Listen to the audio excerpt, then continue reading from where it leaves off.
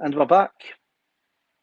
And I suppose for many folk, this will be a bit of a shock to the system. It's been a while since I've done two streams. It's been close together, never mind consecutively back to back. But nonetheless, here we are. We find ourselves back on for a blether on the Sunday night.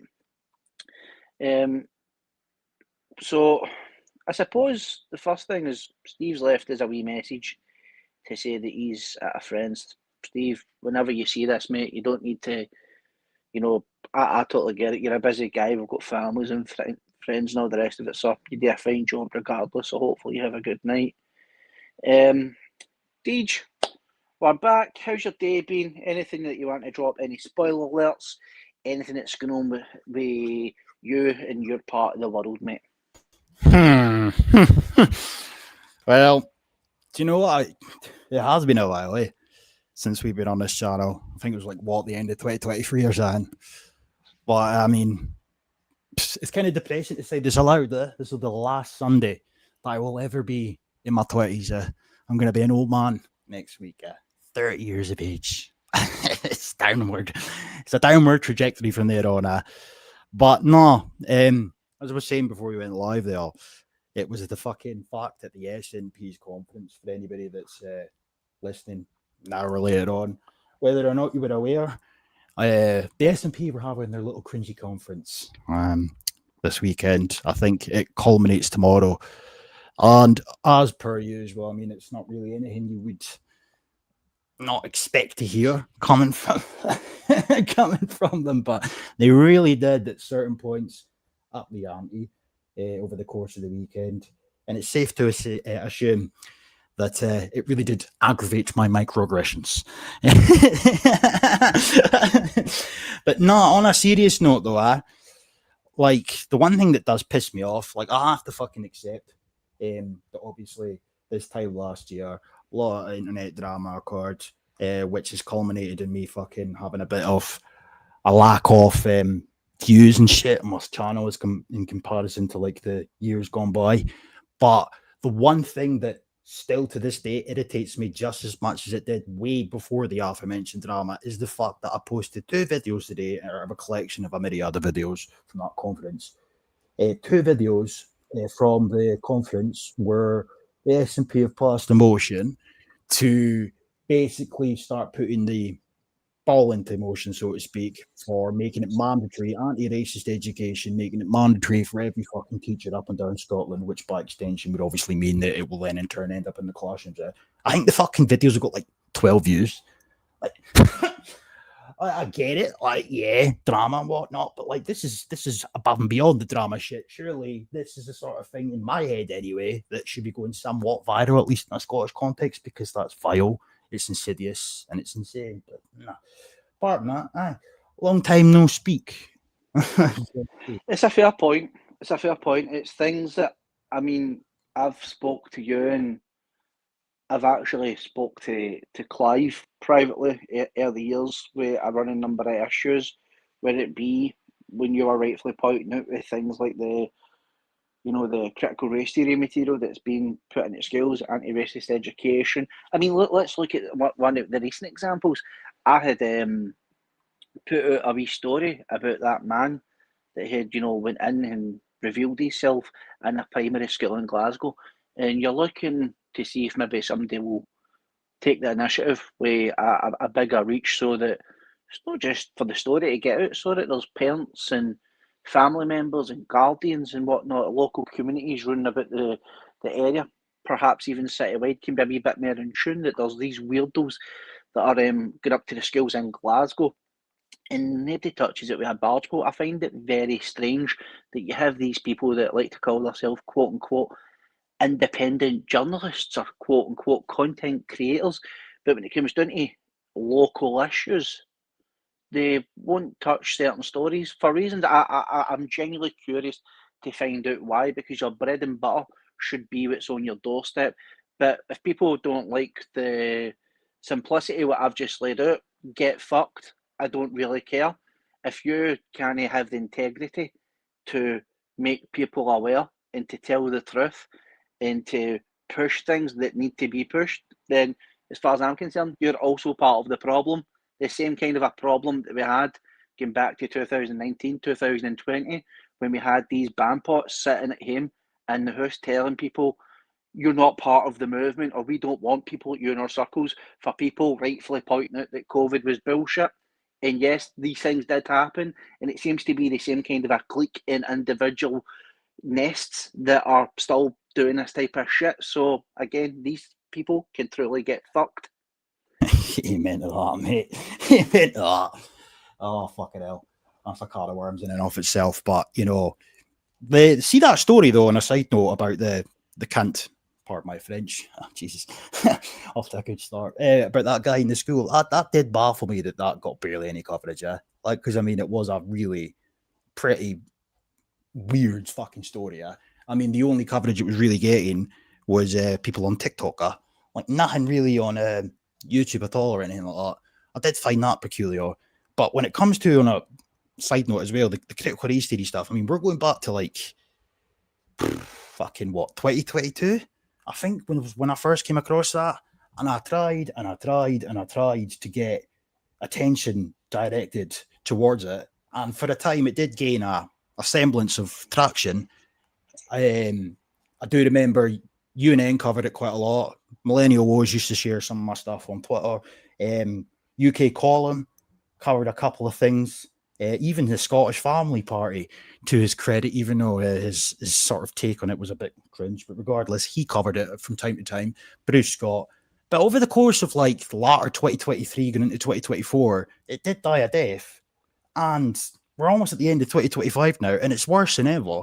And to this day, it's still not really mainstream, and I just don't get it. It's like, it's one of those things. It's like, if it's not a hot topic that's going to get you clicks on Twitter and Telegram and whatnot, then you're just not going to cover it. I just don't get it. I don't get it. Because as I said at the beginning, when I first spoke, they're now going to be putting plans into place to make it mandatory for all teachers in Scotland to have anti-racist training. And I'll play the videos when we finish speaking here, just so people can hear it for themselves, right? But they referenced the Building Racial Literacy Programme a couple of times, right? So it's critical race theory coming into all schools now, because they've passed a fucking motion in their little conference over the weekend, and it's still radio silence. I don't get that. 100%. 100%. And again, another even more recent example of that, and you, to be fair, you were like, well, didn't know about that, is the vote against having a national inquiry into grooming gangs in Scotland. You know, we had the MSPs sit in Parliament and vote against that, and one of the people that's on the list is pretty much in charge of a whole variety and plethora of different fields and sects. Some of these, and basically it's victim justice, violent crime, human trafficking, abuse, sexual abuse, and she voted to not have that inquiry, and silence, absolute radio silence. And to me, looking at it, right, and you're sitting going, we need to kind of galvanise the public to bring some sort of, I suppose, response into the natural, genuine concerns of the public. Labels aside, left, right, pro this, anti that, just put it aside.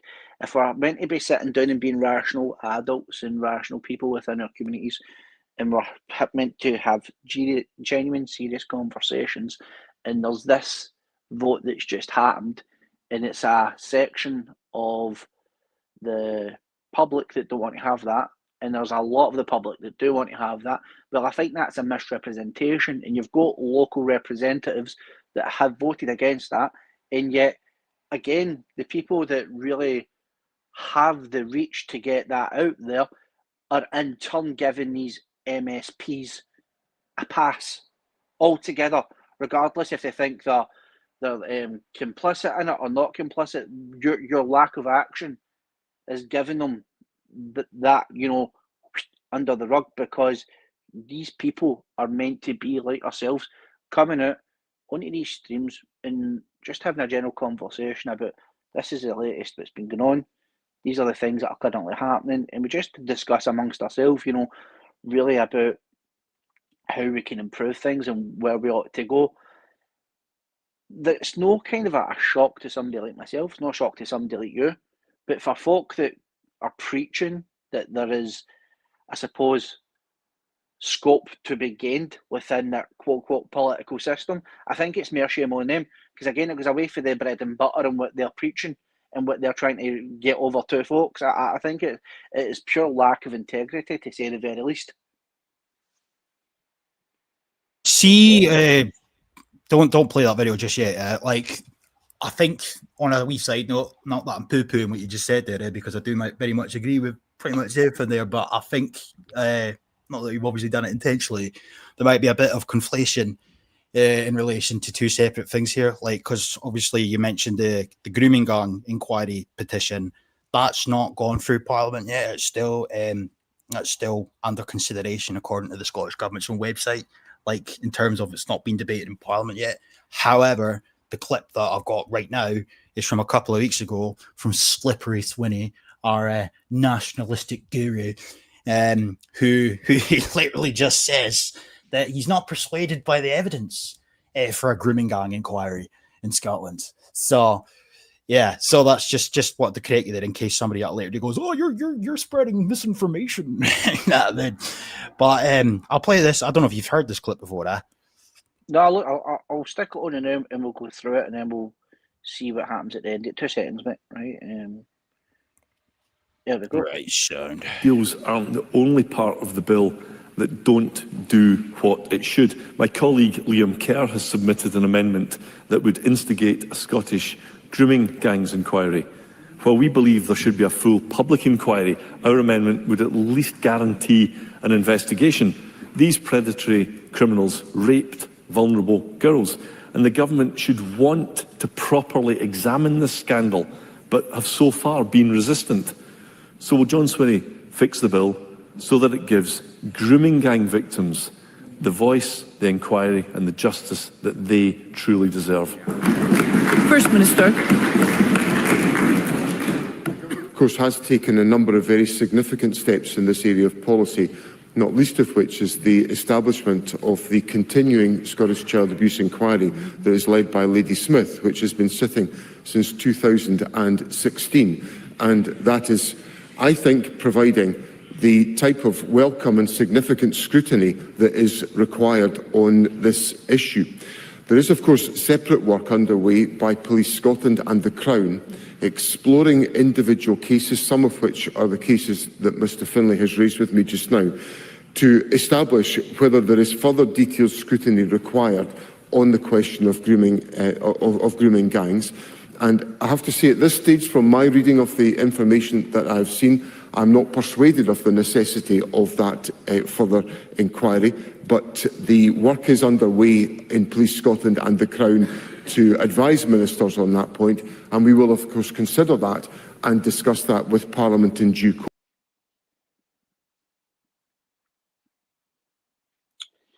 It's interesting that the reason why I had said what I had said was because there was I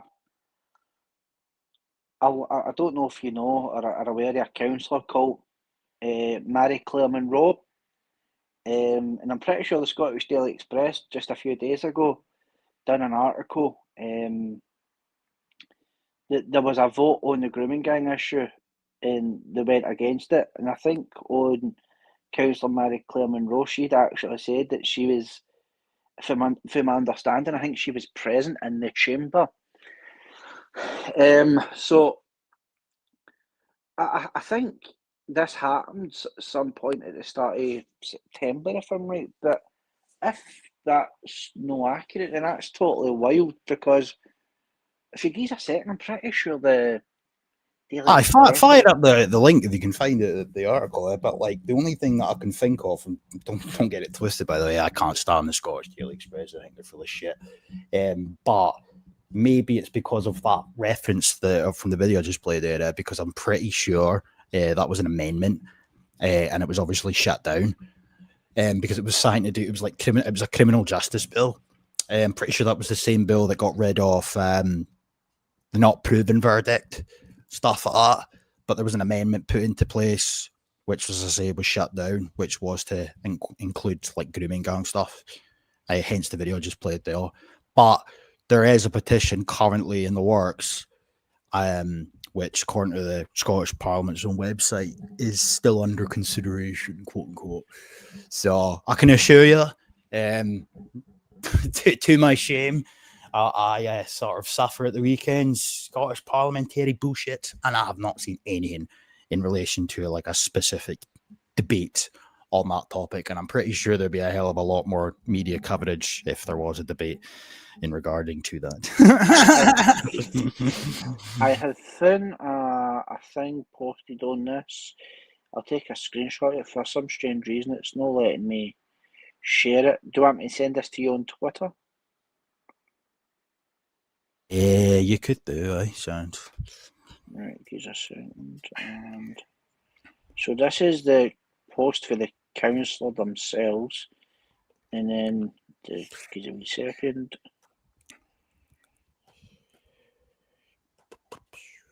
Let me see.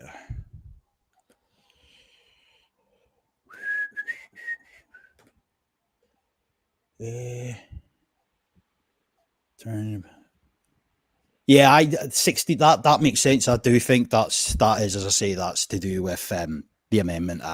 The timetable sort of correlates. So, but watch the space. So, as I say, that petition will have to go through.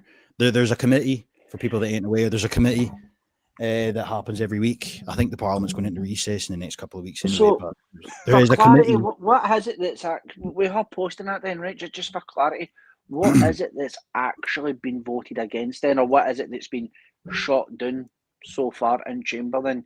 Just so that I've got all my ducks in a row.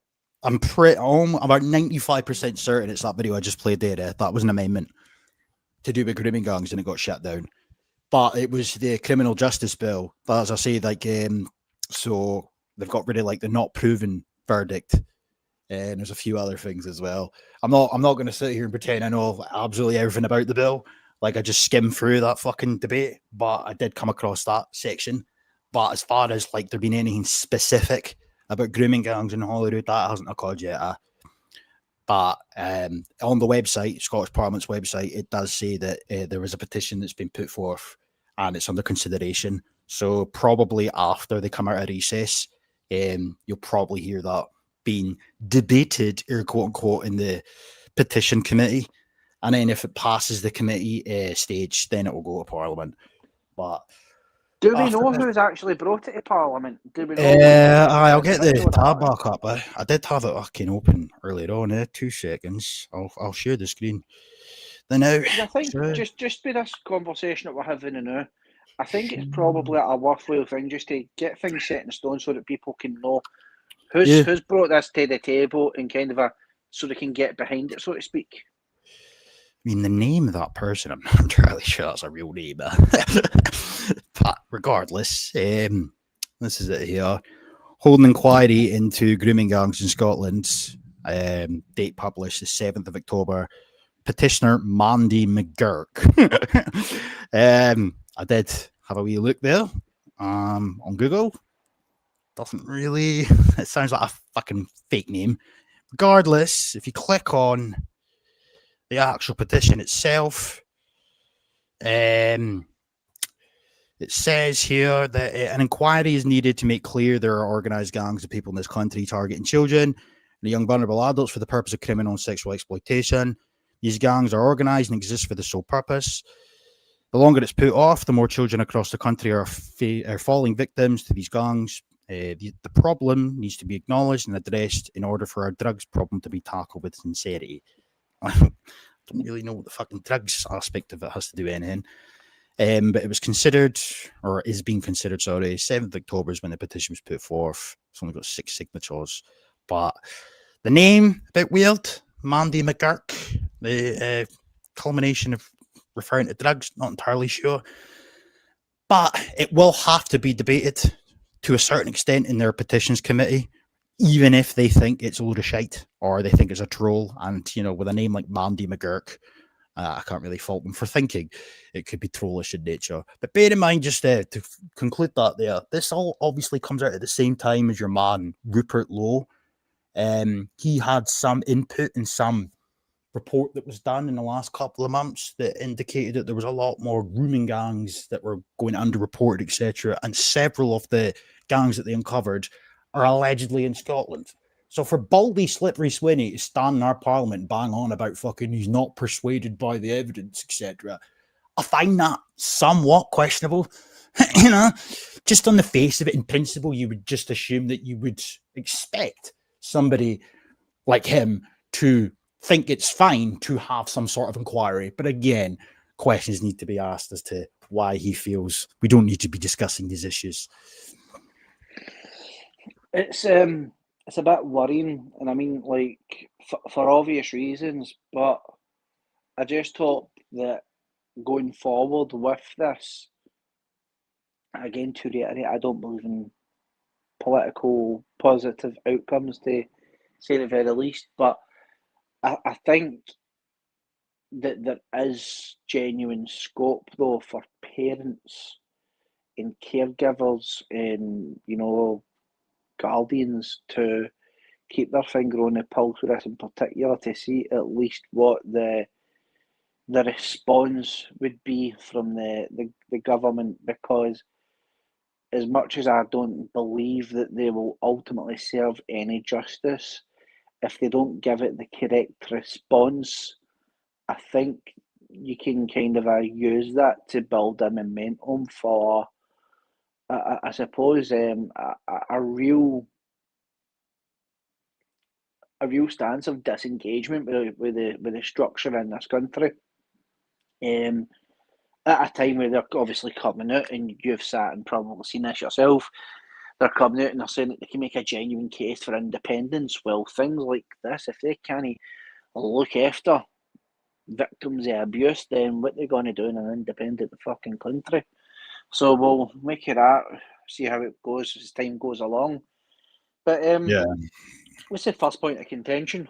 Oh, I think we're going to have to circle back to the critical race theory stuff, because, as I say, like, I mean, I don't know. I'm actually at a loss for words for this shit at this point, because, I mean, I've banged the drum for so long. I've beaten that dead horse into oblivion. But as I say, still rolling on.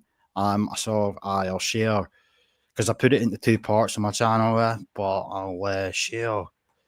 I might have to skip through it a bit, because obviously, like, one of the videos is about 4 minutes fucking long, and I can't be arsed listening to that shite. But I think this is the first one. Yeah. So, yeah, we'll go through this a bit, right? Okie dokie. Conference, I believe I speak on behalf of many migrants in Scotland when I say thank you. Thank you for welcoming us, for letting us make your country our home, for letting us feel and be Scottish. Scotland is known worldwide for its breathtaking scenery, warm people, with a welcoming nation, and a place where people from around the globe choose to settle. But for too many young people, racism is still a daily reality in Scotland. Reports from the Children and Young People's Commissioner and the Coalition for Racial Equality and Rights shows that racism continues to affect pupils in classrooms, playgrounds, and communities. Young people speak on racist language, bullying, and microaggressions that are all too common. Before this goes any further, I am sick to death of hearing about microaggressions, okay? It's cringe, it's ridiculous, regardless, right? Okay. The rise of harmful narratives online and the growing confidence of the far right now only makes this worse. We see this right now in here, particularly in Falkirk. At the moment, far-right groups are targeting migrants, even those, the so-called legal migrants. But we are seeing this across Scotland and the UK, not only in Falkirk. When misinformation is spread unchecked, It fuels prejudice, and people with different skin tones and accents become targets.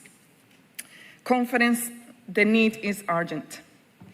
A BBC investigation revealed a 50% increase in recorded racist incidents in Scottish schools between 2022 and 2024. Right, she's coming to the building racial literacy shit in just a second there, but I want to make this clear on the record, and if need be, I can pull up a tab quite easily to showcase exactly what I'm talking about. Right, a racist incident, right, this is what they're referring to justify this shit now. Oh, racist incidents are on the rise. A racist incident has been defined for some time as any incident that the victim or anybody else in the vicinity of said situation thinks was carried out because of hostility, discrimination, or prejudice based on race. In the case of hate incidents, the designated member of staff should seek advice from the police school link officer, and by extension, even if it is proven or disproven or can't be proven, it still has to be marked down as a hate incident. Right, so it's basically the exact same sort of shite as the hate crime bill in regards to perception. Right, we're not talking about little Johnny calling Tyrone a bad word. Right, we're talking about things that could be perceived to be racist. Right, and it still gets penciled down as an incident. Okay, but anyway, just to finish that, rising from 2,400 to 3,600. Many incidents still go unreported because pupils and their families fear they won't be taken seriously. The true number is undoubtedly higher. However, some progress has been made. The Building Racial Literacy programme is available to teachers, and the Scottish Government has introduced a national anti-racism framework for initial teacher education. But these remain voluntary and focus on new teachers, leaving a gap for those already in the profession. Racism doesn't just happen in classrooms. It happens in playgrounds, on buses, in youth clubs, in care settings. Every adult working with young people has a role to play, yet not everyone has the tools or the confidence to intervene. That is why this motion matters. It calls for the Scottish Government to make anti-racism training like building literacy mandatory for building racial literacy, mandatory for all staff who work with young people. So yeah, that's like part one. There's obviously another part, but yeah, we're talking about building racial literacy, just as nice as you like in the conferences now. So yeah, here we go. Mandatory now for all teachers. Isn't that nice and progressive? Our nationalistic government, putting the people of Scotland first. Clearly, it's a very lazy thing to constantly, recycle. Remember that lassie that was what's her name, that the councillor that was for the Labour Party, and she came out and spoke about anti-white racism in school. Wayne's being victimised, Wayne's being bullied, Wayne's having really bad mental health with it, and not one of these anti-racism campaigners went into schools and dealt with this. Not one person went to a conference within a majority party and actually decided to use their platform to highlight these real genuine concerns. I know for a fact there's a school in Glasgow called Bannerman High School. It's in the east end of the city, and teachers have left that school because they've been attacked by pupils. There's a real lack of authority in the schools all over the country, and it's pandemonium, truly, in every sense of the word. There's things that's happening in schools that I didn't think would actually be going on, but here we are in 2025 and we find ourselves in this situation. Another thing that she had said there when she was going through her very lazy recycled points was she used the BBC. Now, I'm going to take a punt here, right, and believe that she advocates as a pro-Palestinian sympathiser. and she's used the BBC as a source of evidence for her claim on race. This is the same BBC that has covered up paedophile rings, that has lied about Iraq having weapons of mass destruction, that has literally misled the public for decades with misinformation and lies, but somehow wants to cherry pick our windows of opportunity. A strange take, but nonetheless, it's the level that you're dealing with. And everything else that she said after that was just carbon cut, copy, and paste. There is nothing there that, again, that I think, but by large part, that's anything that's relatively new. But what I will say is this: Scotland is a beautiful country. Don't get me wrong, there's a lot of plus, but it's a shithole because it's been neglected. But it's a beautiful country. Some really nice people up here. But the reason why it's like that is because of us, the Scottish people. We have looked after our country. We have done the best with the tools that we have had. It's the same way like you go into England, you know, the Lake District and that, places like Windermere, very beautiful part of the world. People down there have used the tools and maintained that and looked after it. You look at all these different cities, and it's changing. And it's not a better change, it's changing for the worse. Communities are broken, places have become ghettoised. People can't go to, like, look at Blackpool, people can't really go to the beach anymore because it's just fucking full of everybody. There's violence, there's people fucking getting up and harassing people. It's the same with certain beaches during the summer there in Scotland, Portobello Beach in Edinburgh, and Ayr Beach down in Ayrshire, to name two off the top of my head. So when she's talking about all these people coming in and making Scotland their home, in what sense? In what sense? Because in certain parts of Scotland, Scotland doesn't actually represent Scotland, what you would look at it in terms of its history, in terms of the way that that place has been. It's changed. The culture has changed. The values have changed. The maintenance and the look of these places have changed. So she's made a lot of points, and not one of them is accurate or effectively made by her. Again, a 12-year-old could literally point that out, but nonetheless, when they're aiming this shit at children in schools, especially primary school, what chance have the kids got? Onto the stage, who is our wonderful candidate. Before I fucking play that, I'm not going to play the whole thing of that because I think it's like nearly 5 minutes long, but this is the second part of that. But just when you mentioned the BBC there, though, like when they're referring to racist incidents and whatnot, like this is a common theme for these people, though. They refer to like, oh, the research that's been published, you know, the evidence is in, the science is settled, all that sort of rhetoric that we're all accustomed to. But the reality is, it's like they're referring to people who are basically singing from the same hymn sheet. So in relation to the sort of racist incident BS that the BBC uncovered in coalition with like CRER, that's the anti-racist organisation that helped them, as well as the Scottish Youth Parliament, etc. They're all singing from the same hymn sheet. You know, it's not like independent experts have provided statistics and analysis. It's people who are activists.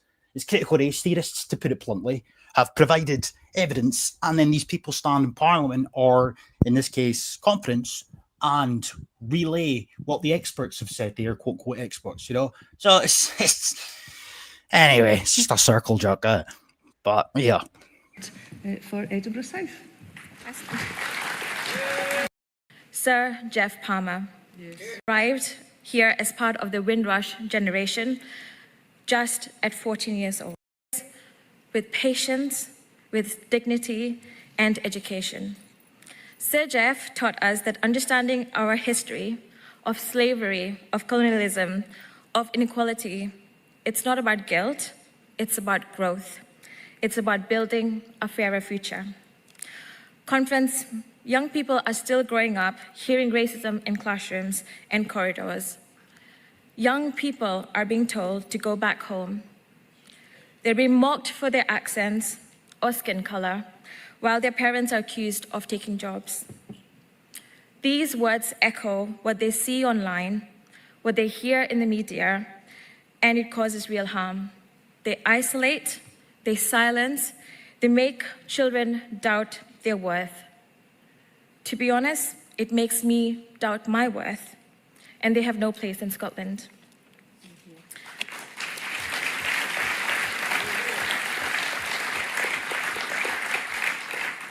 But racism isn't only about cruel words or overt acts. It's also about the quiet assumptions, the lowered expectations, the stereotypes, and the missed opportunities. When these go unchallenged, they become normalized. And when they become normalized, they corrode the very values Scotland stands for: fairness, respect, and belonging. We already require training on safeguarding, so why not anti-racism in education? This too is safeguarding. Mandatory anti-racism training is not a tick box exercise, it's about reflection, honesty, and courage. Racism doesn't stop at the school gates, and neither should our responsibility to challenge it. Conference, we also must be honest about the climate we are in, unfortunately.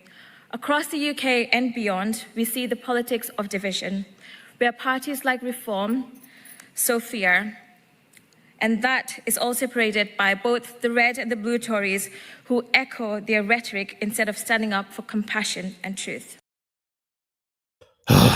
Before you jump in there, the one thing that stood out to me, because obviously, as I say, this amendment or this resolution got passed. So, in the future, they're going to be putting plans into place to make this mandatory for all teachers in Scotland. But regardless, when she talks about, ethnic minority children, right? And by the way, I'm not like a dickhead in the sense that, like, I think it's right that any child, in theory, if what she was saying is to be believed in any capacity, I don't think it's right that any child should feel that way. Irrespective, though, of that point, the alternative or the solution is to embrace and adopt critical race theory, which in turn wants to teach children about privilege, supremacy, fragility, supremacy, privilege, etc., insinuate that they can never be the victims of racism because they hold all the positions of power. They want revisionist and selective history to try and browbeat them, to try and make them ashamed of their fucking ancestry, right? So, I mean, I don't know where you draw the line, realistically, in order to try and make brown people feel a bit more accepted within Scotland, we need to shit all over white people. I don't know. At the end of the day, mate, as I've said since I started covering this stuff way back in 2022, the fact of the matter remains they're targeting children, and I find it vile. I will never fucking tire of trying to bring attention to this subject. It's a hell of a fucking dial, no bother, because it's disgusting. It really is truly disgusting. I mean, I would like to understand the perspective, because she says dignity, respect, and all this kind of a feel-good language. Now, here's the thing with that. That is true, but it comes at a point. Now, I'm pretty sure that MD tune into this, or MD that any rational person, any walk of life, tonight before they go to bed, will lock their door. And they'll lock their door because they know that if they don't lock their door, they run the risk of having someone come into their home and either causing harm or getting robbed. It's a human trait. We don't all leave our doors open. We don't all leave our children in vulnerable positions because we have common sense, and we've used common sense for the longest time. We're told that they're coming over here, they make up X amount of space within the NHS, they enrich the society. Okay, they make things better. However, whether it be British, whether it be German, whether it be Spanish, whether it be the Romans, the Portuguese, or any sort of a European empire and dynasty that went on boats and went to other parts of the world, they were called colonisers. Despite going over there and building schools, making hospitals, putting down roads, and putting in railway systems and everything else in between. These people never took those tools and made them to the best to make themselves more independent. But we're colonisers, but yet we have people literally coming in droves, not working, not contributing, not learning the language, not wanting to be seen as quote unquote any sort of I suppose, not categorising themselves as Scottish because they're playing into their own stereotypes from their own stereotypical way of life, the way that they've just came from. And I don't mean that to be cruel or unkind because we literally see that there's segregated communities all over the city. So a lot of the language that she's using, it's not really a good case for the point that she's trying to make because when you boil it down to the single point that I've just literally made, when you might not have to like the European people, you might not have to like their history. I'm not saying that you should just because, you know, we're white and we're ethnically Scottish or ethnically French or ethnically German or ethnically English and so on and so forth. I'm not saying that. But what I'm saying is when you look at these things, bad things always happen in any part of history. You can't get away from that. But the point being is they went to the other parts of the world, they built countries, roads, railways, schools, hospitals and everything else. They were called colonisers. We literally have people in hotel rooms right now getting 3 square meals a day, doing absolutely hee-haw, being awarded electric bikes, while your granny can't get hospital appointments, your children can't get into school, and you are working for well below a wage that is enough to run a house, maintain a quality level of nutrition, and being able to do nice things for the kids. But we're being taught that we have to learn anti-racist education. It's a byproduct of gaslighting, and that's what this government have demonstrated for years. Gaslighting, bullying through submission of mental gymnastics. No, you're not wrong, mate. Like, it's gaslighting 101. And it's been going on for the longest time now at this point. But it's got to such a point now where practically every single appearance that anybody from the SNP or whatever, whether it be in Parliament or on the news, every single time they speak about the issue of like immigration or the rise of the far right, or quote unquote, they just use the same copy and paste shit, such as it's people are scapegoating migrants, people are blaming migrants for all of their problems, etc. And I just find that really irritating to listen to on the basis of like nobody's actually saying that immigration is the sole reason for all of our problems, whether they be personal or economically speaking. But it can't be denied that they are playing a role. They're exacerbating pre-existing issues. Right? But these people can't even bring themselves to concede that they do play a part, albeit not like the whole reason for the problem, but they're playing a part. They can't even do that. So instead of that, they gaslight, and instead of that, they refer to the usual cringy shit, such as calling us all racist and far right and all the rest of it, right? And, I can't stand listening to that. In the case of Glasgow, for example, as we spoke about the other week when we did the stream, Glasgow is obviously one of the councils that first declared a housing emergency in Scotland.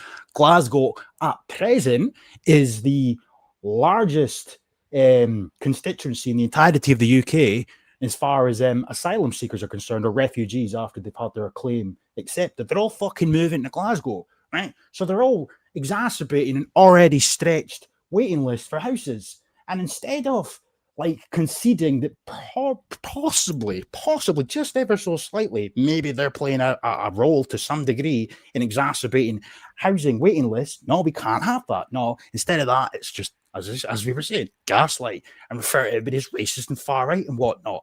I don't get it at all. I mean, it's not rocket science, surely.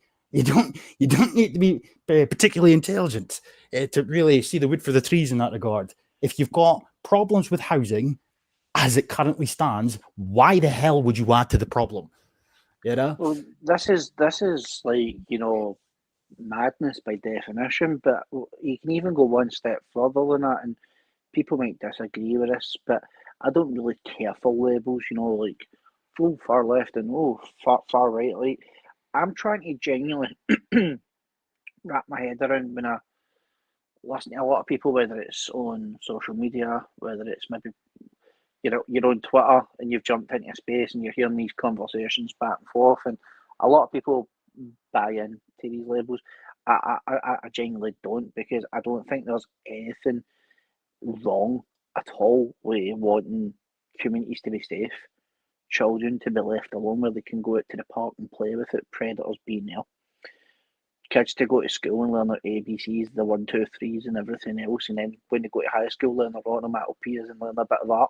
I don't think these are irrational things. I would say this is quite what you'd consider a normal lifestyle, normal life experience, normal life environment. And I think the more that you utilise these words, you're kind of like playing into the hands of deconstructing society, deconstructing those norms, because there's always a case of these people having conversations and, well, we've got to find the middle ground. So the middle ground gets shifted away from normality, and then gradually over time that breaks down into a fabric of nothingness. And when they can do that, whether it's within the schooling environment, within the community environment, then the children have no safeguarding, because all those things that protect the children before you get to that point have been withered down to nothing. And this is pretty much where it all comes from, because it's Agenda 21, it's Agenda fucking 30, it's the fucking New World Order. Let's call it for what it is. They're coming after you. They are making sure that you've got your back against the wall so that you can submit to their totalitarian bullshit. And you've got people, and I don't think that they're being disingenuous, I don't think they're being bad, but they're playing into the narratives with playing along with these fucking labels. Don't compromise the ground that you're on. Don't do it. It's an absolute normal position to have. It doesn't make you far right, doesn't make you fucking anything else, it doesn't make you bad. It just means that you've got a backbone, you stand up for the most vulnerable people in society, and that's the way you should look at it. Playing your part as a citizen, doing your duty, something that your ancestors done long before you, something that this government ought to learn. More attention to the biggest city in Scotland, in Glasgow, amidst a housing crisis at the moment. People there are saying that they believe partly due to the number of asylum seekers and refugees coming to the city, the housing crisis has been exacerbated, and that their living standards are not helped by that. And I think the City Council makes it clear that they've got deep concerns about the way in which the Home Office have handled the arrangements around about asylum seeker policy, and also the financial implications of that as well. But that's what I meant. For years, people have heard a lot of politicians and political party leaders in particular in mainstream political parties saying that immigration is a net benefit, full stop.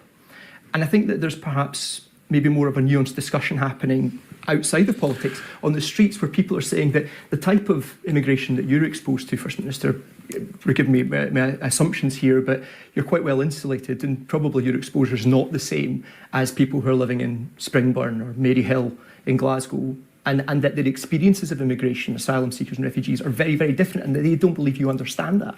Well, I keep very close to what people are saying to me. I take a lot of care to make sure that I'm informed about how people feel and what their experiences are. But your message is that you want more refugees to come to Scotland. Well, I'm just going to come on to that about the issues around about migration, because you talked about a nuanced discussion, and we need to have one.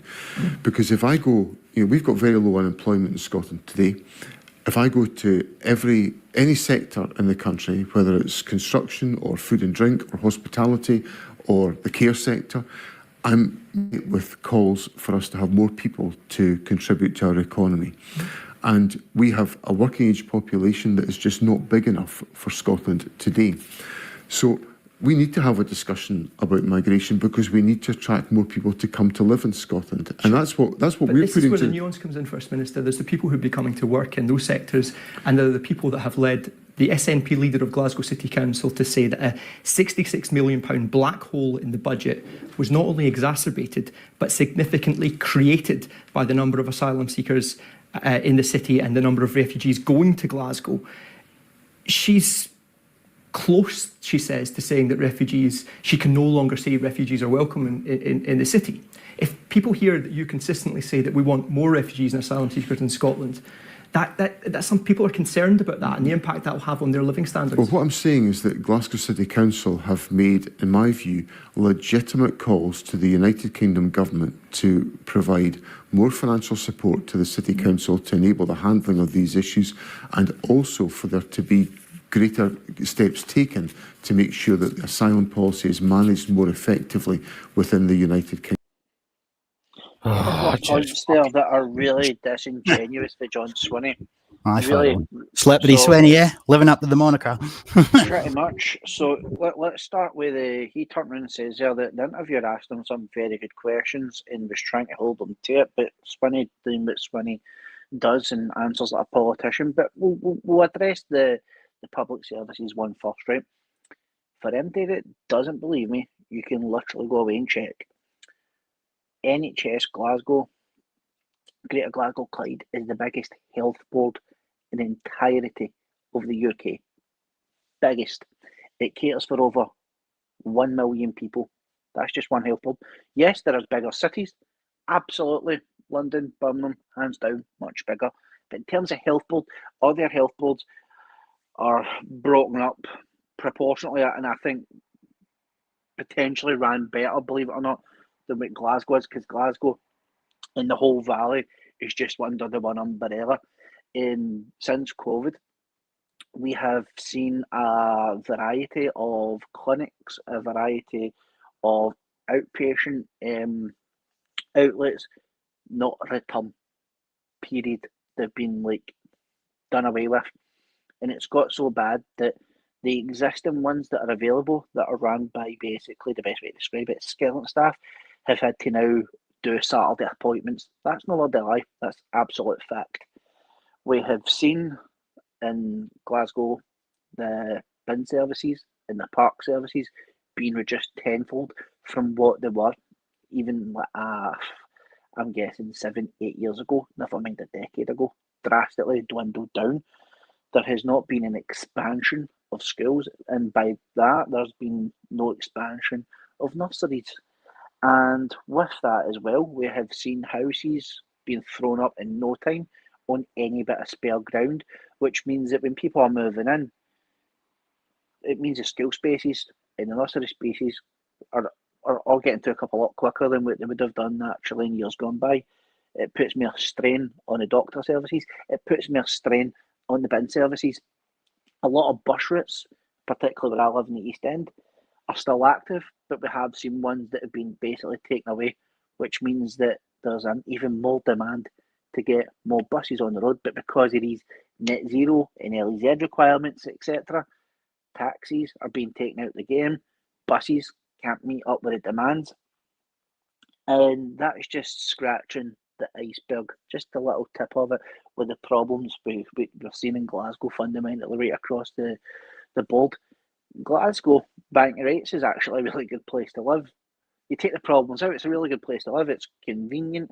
You can get from one side of the city to the other very quickly, especially with the underground and trains and buses. It's a great place to live. I'm not surprised a lot of people actually like to come here.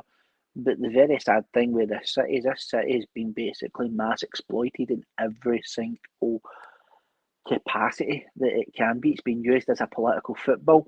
On top of that, and one thing that I don't think we'll really touch on tonight, but because we're talking about Glasgow, I'm just going to add this in. For anybody that wants an eye-opening shock, and I think this might be coming to other parts of the UK, so for people tuning in for England, Wales, perhaps even Northern Ireland, we have a safe consumption room in the East End of the city. I've spoken about this before. It's an absolute failure. Crime has been up. House robberies have been up. Robins have been up. We have a plethora over the East End of the city and roundabout supermarkets of people ODing on crack, shooting up in the street. Thousands of needles being found in bushie areas round about schools, nurseries, shops, supermarkets, going in towards the city centre. The little bottles of medicine that they get in case they go into, I suppose, an overdose. This is like an adrenaline thing that they give them to basically bring them round. There's mass condoms. It's like these people getting drugs and having orgies. There was a guy called Thomas Kerr. I think he's part of Reform. He had actually been out and documented some of the areas, highlighted the issue to Glasgow City Council. They said that they went out They'd be out in 24 hours and they'll do a mass clean-up. That was 10 days ago and the problem's got much more worse. So when John Swinney is talking about having a nuanced discussion, I don't think he's ready or prepared to have the level of in-depth discussion what the locals feel, because there's one thing that an interviewer definitely pointed out, not just for Swinney, not just for the politicians, not just for the people that are head of institutions, whether it be academia or whatever.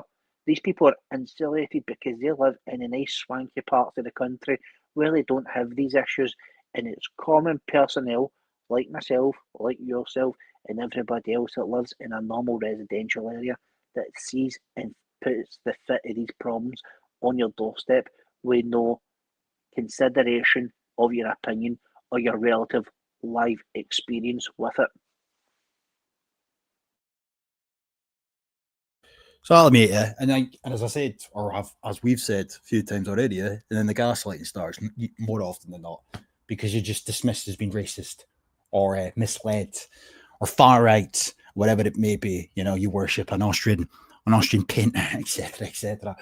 But there's a common theme on a side note as well, and I mean, if I wanted to, I could quite easily fire up a compilation if I could be arsed making it of the sort of copy and paste routine that they seem to come away with time and time again when it comes to addressing the issue or when they get asked about the issue of asylum seekers and refugees exacerbating housing issues, because they keep sort of deflecting and blaming the Home Office and saying, oh, well, you know, if the Home Office had done things properly, if the Tories had done things properly, you know, we wouldn't have this problem of people in hotels. Even if they weren't in hotels and they were processed properly and there was no backlog, where would they be going? You know, the elephant in the room here is there is a lack of housing as it stands currently.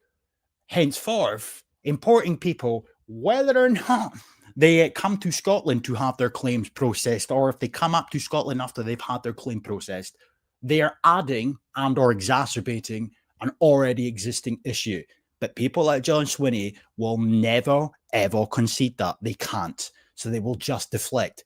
And that is my point, really. Like, if you listen to enough of their shit, which I've unfortunately had to do the last couple of weeks, it's the same copy and paste response, whether it's Mary McCallum, whether it's Keith Brown, whether it's just Slippery Swinney himself. They all do it every time they're asked about the housing issues and whatnot. Oh, that's just the Home Office and the way they handled things. Okay, provide a solution, provide an alternative, and they can't. You know, I just wish they would actually get pressed on that, because I would love to watch them malfunction in real time, because they have no fucking solution.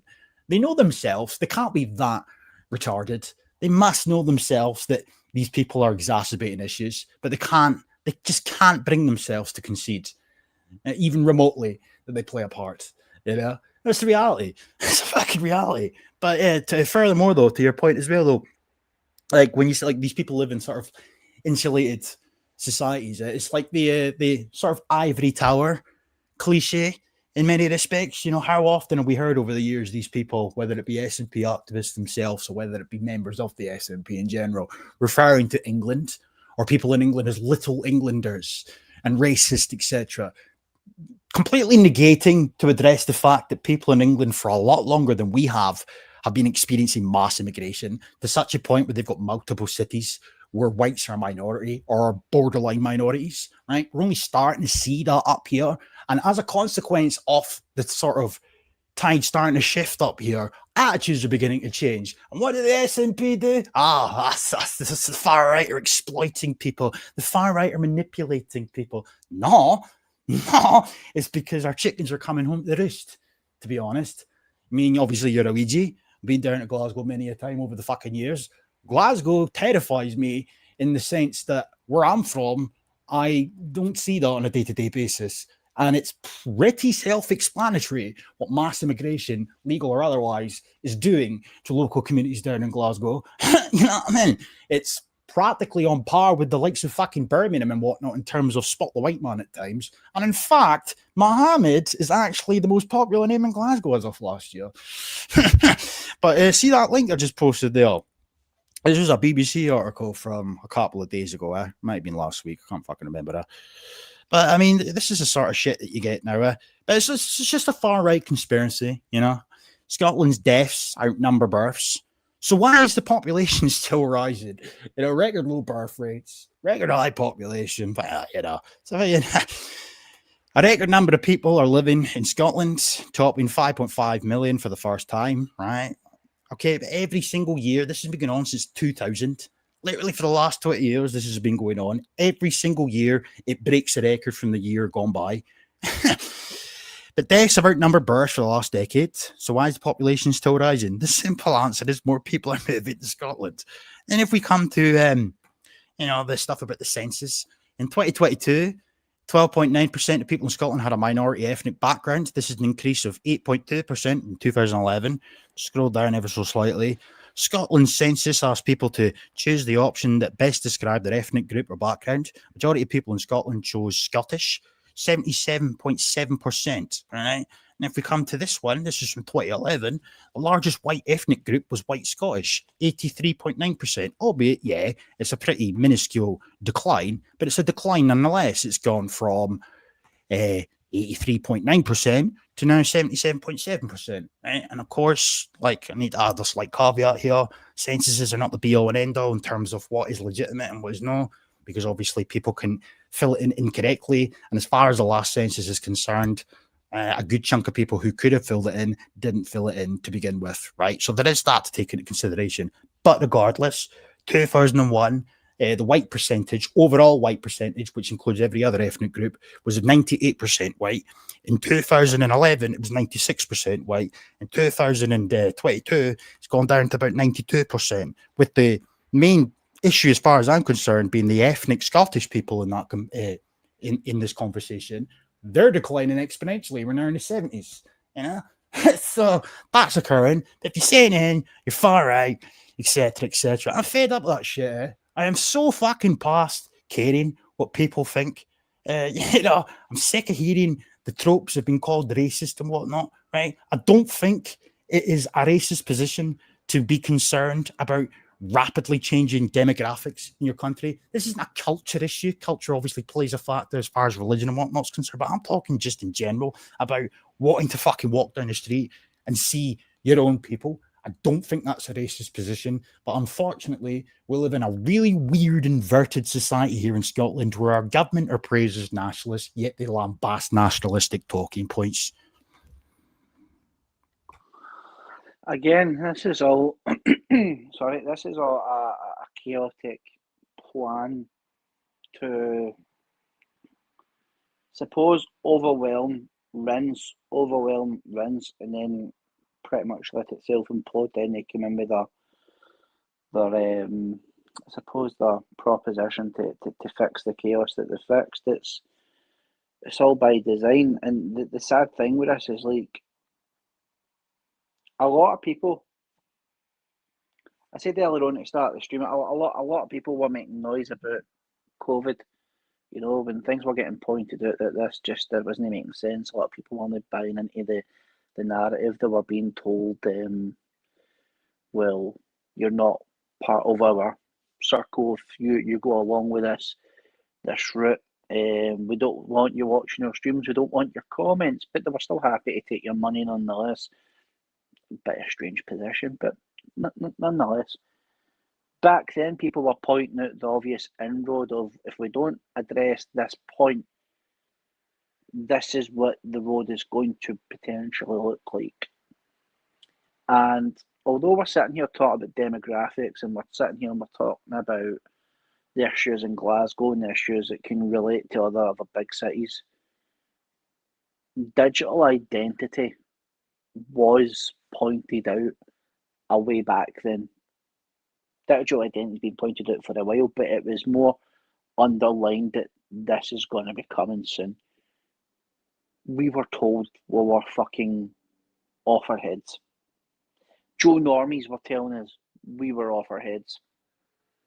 And I think a lot of the gaslighting that people were given, as you're saying, chickens are coming home to roost because a lot of the things that subtly went under the radar has been gone through the simmer to the boil recently.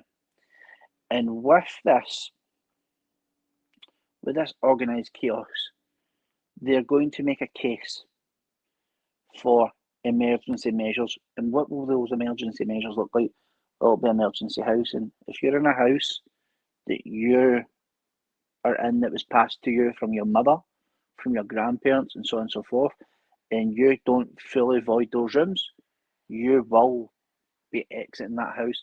I'm not sitting here to say that to sound hyperbole. That is exactly what's going to happen.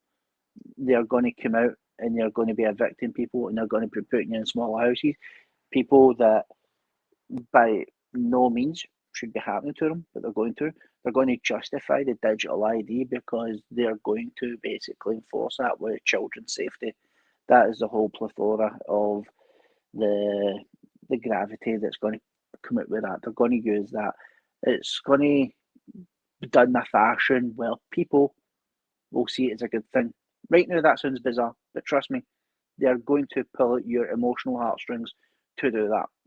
The second thing is that they're going to start using the schools as a platforms to fully comprehend the global ideology. They're going to submit your children's minds to that, and there's nothing you can do about it because you're going to have signed up to that digital ID. And you think you've just went totally in the wrong direction, but I will bring it full circle because there's a point to this. You look at the rise in food banks. That's something that's not really been touched on, and it's happening in Glasgow right now. And outside of Glasgow, there is literally food banks that have been empty for weeks. And it's a bit of a sad situation nonetheless. But they are going to say, in order for you to access food, to access drink, to access the local things that you need, the basic things that you need to survive, you're going to need that digital ID. In order for you to retain your home and job, you're going to need that digital ID. And then what they're going to be talking about is the housing situation. Now, I pointed out, I don't know if you remember, DJ, I pointed out on the last year, when I say the other years, the SNP have continuously, if they've came in charge, what was it, 14, 15 years ago, they've continuously missed a housing target every single year, but by large numbers. And it's not because of the lack of Scots who want to work in construction. It's not because Scottish people don't want to do jobs that the quote-unquote sees beneath them. It's all done by design because they're going to knock down everything you see in front of you is going to be knocked down and built into smart cities. And they have to hit all these social buttons in an order to implode at a specific time so that they can introduce their infrastructure to you, which is a digital network of smart cities and smart programming that will curtail every aspect of your life, every decision you make, every thought that you have, every time your blood pressure goes up, every time that you have a little bit more meat than you should have, every time that you have a little half pint more than you should have, every time that you say a certain word that you shouldn't will be recorded, monitored, and you will be switched off. And this is what the SNP and the other governments of the world are billing us up to. They're setting you up systematically to fail so that they can globally come together with that solution. And the immigrants coming into the country is the driving force for that. Make no mistake about it. They are the social havoc. They are the problem to pull down the current system that you live in, to change the living standards, the normals of the system that you have been in the luxury of enjoying for the last X amount of years of your life. That might sound hyperbole and that might sound crazy, but I'm just putting out there right now, that is coming. And if you're not paying attention to that, you're going to be caught short. And I hope for you and yours that that doesn't happen to you, because it's going to be coming like a thief in the night.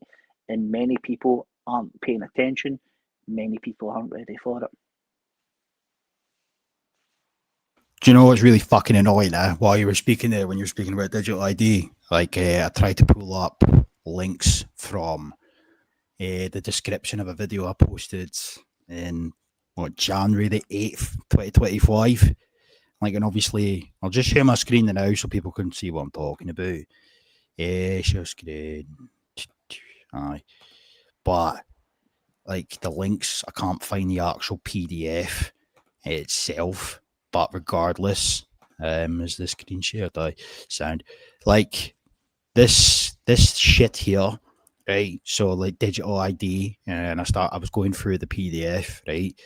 But regardless, this came on the back of just at the end of last year. United Nations has adopted groundbreaking pact for the future to transform global governance. Of course. Of course. World leaders adopted a pact for the future that includes a global digital compact, right? So obviously what I was showcasing in the video was their PDFs referring to the Sustainable Development Goals and how that could tie in to digital ID going forward. You know, so it's no fucking coincidence, really, that we're starting to hear about talk of introducing digital identification at a later date. You know, as I said before we went live, I'm not really convinced, however, that this is going to come into effect anytime soon, purely on the simple fact that nobody in the country, like everybody in the country, is according to like statistics, etc., are concerned. Like everybody's opposed to it. And I think if the Labour government, albeit I think they're just a bunch of fucking puppets, but that's here nor there. My point is though, like I think if they really wanted to convince people to try and get on board with the idea of digital ID, they would come up with a bit of a better argument than saying it's to stop illegal immigration, because at the end of the day, we've got passports and we've got birth certificates, etc., which can quite clearly indicate whether or not we've got a legal right to work in the country. So I'm not really sure why they came away with that trope. Irrespective of that fact, though, I would highly recommend that people look into the Pact for the Future, because it's just one of a plethora of many things that we've all signed up to. Yeah, the UK signed up to the shit, as I say, at the end of last year. And I mean, bear in mind as well, on a brief side note, the pandemic treaty, right? That never really got much coverage in the mainstream media and whatnot. We signed up to that too. Yes, and on top of that, we are currently, right now, for the whole of October, we are currently working through Operation Pegasus, which is the equivalent to the 201 simulation that they ran right before COVID. Oh, I remember that. So we're currently working through things like that just now.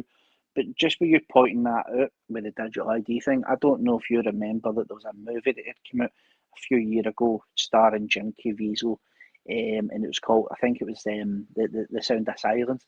Effectively, it was about child trafficking, this movie, and I think Jim Caviezel's character goes into like Colombia to save like a child, and the whole basis for this film, or the whole campaign that led into and out of that film, was the fact that they would need digital implementation into kids, whether that be in a sense of tracking or an identity, because that would be the forefront, I suppose, safeguarding measure that would stop quote unquote kids being trafficked. But as you've just pointed out, with the immigration thing and passports, you know, your biometrics are in your passports and stuff. We also have security and intelligence services in this country. We have a more than adequate army that could safeguard the channel. We have, I think, Britain's the most surveilled country in the whole world. I think we have more cameras than America. Maybe China's a bit worse, but aye. You know, you've got all these things in place. Technically speaking, these systems should already prevent the mass amount of crime that's already there. But then it just feeds into everything that I've just said. All these things are done by design. What they're effectively just wanting to do away with is your rights, and it's no like your quote unquote liberty rights, and it's no your quote unquote freedoms, because you don't have freedom. You don't. No one in this country has freedom. You have small luxuries right now, because whether people are conscious or unconscious of the fact that the common law of this country, common law, Scots law, Magna Carta in England, so on and so forth, it's been shelved for Talmudic law. And when you need to come to that point and actually realising that you're playing in a level, you're playing on a field that you're not even adequately have the toolkit and the means to beat that, because that system is ironclad. That is set up to basically allow you to be in a position to then have you in an ironclad digital prison. There's no ifs, buts, or what about that. That is just an absolute fact. In the sheer fucking grievance that I have with politics is that we have smart people, educated people that know this and still will come on and tell people week in, week out, and tell people in their day-to-day lives that if you go to the voting booth and you vote for this different guy or this different chick or this different party, things will be of a difference. They won't be. The reason why it won't be is because you're not working with common law. If you work with common law, then there'll be scope to fucking change this shit. But when I say that, I'm not saying that you can't. You can't have some form of safety net over you. You can, but the only way that can happen is if you, and I said this continuously over the years, you need to disengage with the system. You need to stop complying in that. You need to start recognising the language and the tools and the resources that they have to define you by how they legally define you. And once you understand that and you acknowledge the beast for what it is, then you might have a chance. I'm not saying that for whatever. I'm not saying that to be hyperbole. I am simply trying to help you tonight, because right now, every single person that might not be aware of this, frankly, is on borrowed time. World and a healthy democracy. Sorry, man. No, that video's a belter, by the way. I've got here. But no, see, on a side note as well, like, obviously you've heard the term Overton window. Like, I do think that the Overton window is starting to shift to a certain extent, because you're actually starting to hear a lot more people starting to become disillusioned with the idea of fucking democracy and whatnot. Whereas, if you compare and contrast that to, like, back in the day, even going so far back as, like, 2020, 2021 time, when you started doing these streams back in the day, you know, me and you were both kind of always of the opinion that democracy is fake and gay, for lack of better terminology. However, we didn't particularly like saying it aloud, because a lot of people who either participated in the chats or were on streams with us, etc., they might have had a bit of belief to a certain extent. But as time has gone on, more and more people, and not even just like people from who I just mentioned, like just mainstream people are even starting to express these same sort of concerns and ideas about the concept of democracy. However, on the flip side, I do find it really fucking annoying that in 2025, you still sometimes fire on videos from people who chant it on YouTube and whatnot, and they sit there and they go, well, UKIP didn't work, Reform, they didn't work, but Advance UK, they're going to save the day. What happens when Advance UK don't do what you think they're going to do? Who's next? Like, what party will spring up next? This fucking continuous nonsense to try and give people this manufactured belief that their votes and their belief in a party or a person in general is going to save the day. And I mean, it is doom porn. It's sort of nihilistic to sort of express these sort of opinions. But the reality of the matter is, for the longest time, nothing has changed, absolutely, since people started to call into question some of the policies and the rhetoric and the parties in general across the UK. And as far as like sort of the sort of Overton window back in the day allegedly shifting, you know, play your part, blah, blah, fucking blah, nothing's changed. Nothing's changed.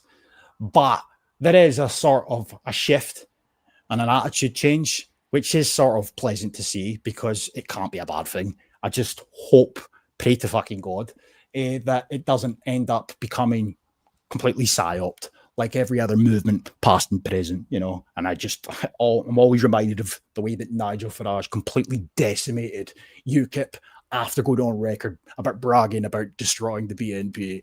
You know, he single-handedly completely fucked up UKIP when UKIP was starting to gain organic, natural momentum. That's not to suggest that in an alternative universe, UKIP would have made any headway, right? But the point is, though, he fucking sabotaged that, went on to form his own fucking party, right?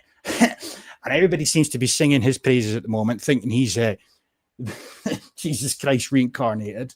And obviously you've got splits already, you've got Advance UK, etc. And there's so many people albeit they're starting to deplete in numbers. You think, oh, they're going to save the day. I don't see it. I don't see it. However, this here, listen to this bit. This again goes back full circle in terms of like education in Scotland, and this is completely and utterly tied into learning for sustainability, etc. But this is unreal. All of our citizens would be interested in their community and engaged in political discourse. And which level of government is responsible for which? Scottish Youth Parliament found that 2/3 of young Scots recognise the importance of knowing more about politics, and nearly 3/4 believe that political education should be expanded in schools. They acknowledge that the information that they receive in school is more trustworthy than what they might discover on social media. In response, the Scottish Youth Parliament has issued its roadmap to votes at 16, making 16 solid recommendations which include comprehensive democratic education, youth-led initiative and robust strategies to counter misinformation. When Scotland first introduced lowering the voting age of to 16 10 or so years ago, there was a lot of funding made available to support democratic education. But once that funding dried up, so did the courses.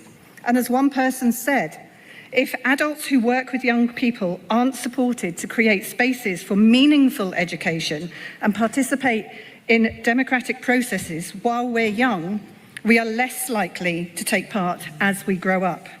And another said, if we really want young people to feel genuinely engaged in civil life, teachers and youth workers must be supported to help us learn about the whole process and not just the first step. Recent election data underlines just how high the stakes are.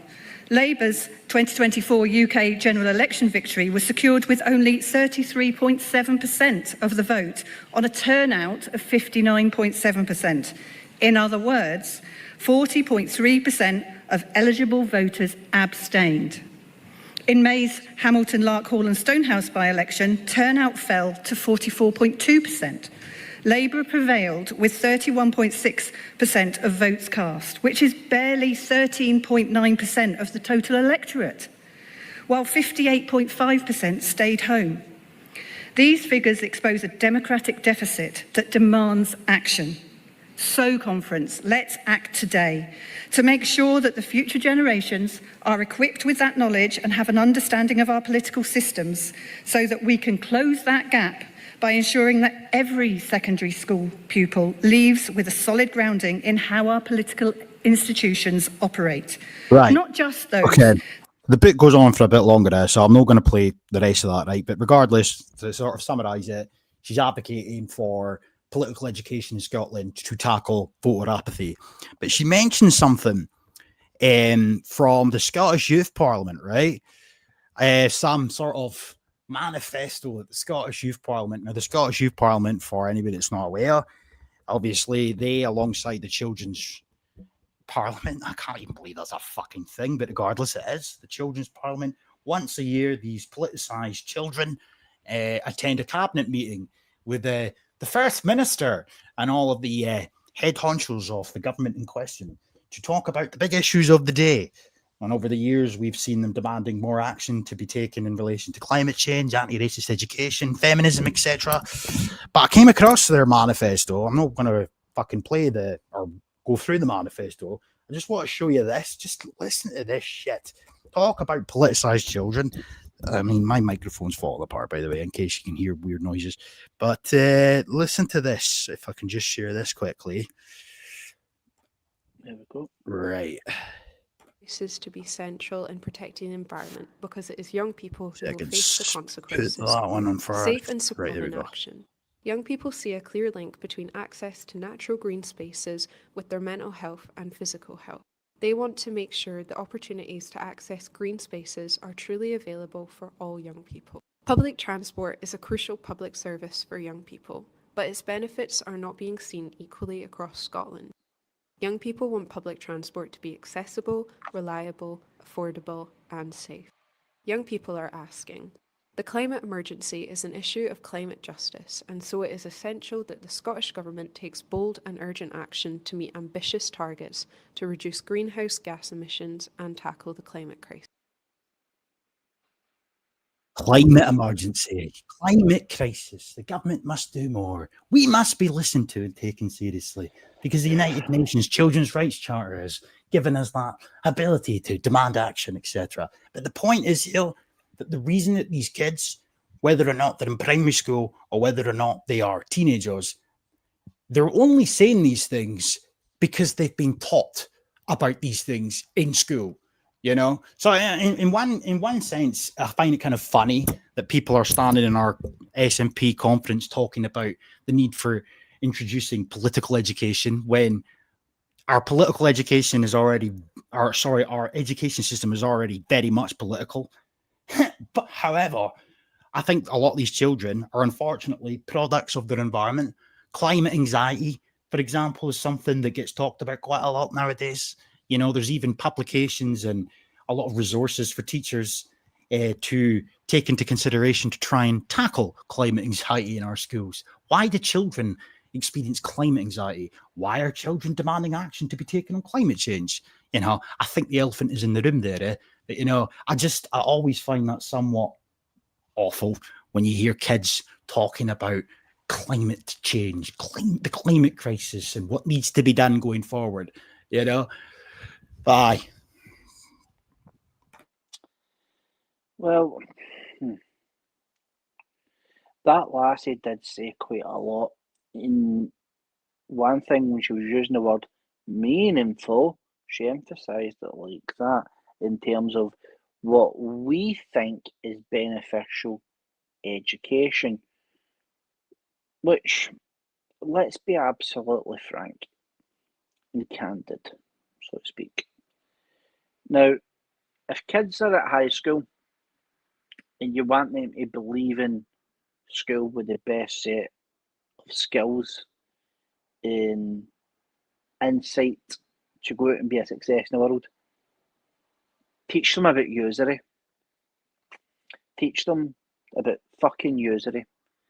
Tell them that if you go out, you're partaking in a practice that is unchristian in a Christian country and will feed into the banking system that funds the billionaires, that goes on to create wars and famine and genocide, whilst the puppet politicians live a life of Riley, whilst you go out and work 40 to 50 hours a week for minimum wage to then take on an extraordinarily high debt based on usury to try and buy a house, to then try and fund a lifestyle just to work out of that initial debt that was created. That would be really good insight for kids, because then they'd go, right, okay, well, that means absolutely fuck that going forward. You could turn and explain to them the best way how to grow food, how to have active skills, how to view the cities compared to viewing the countryside.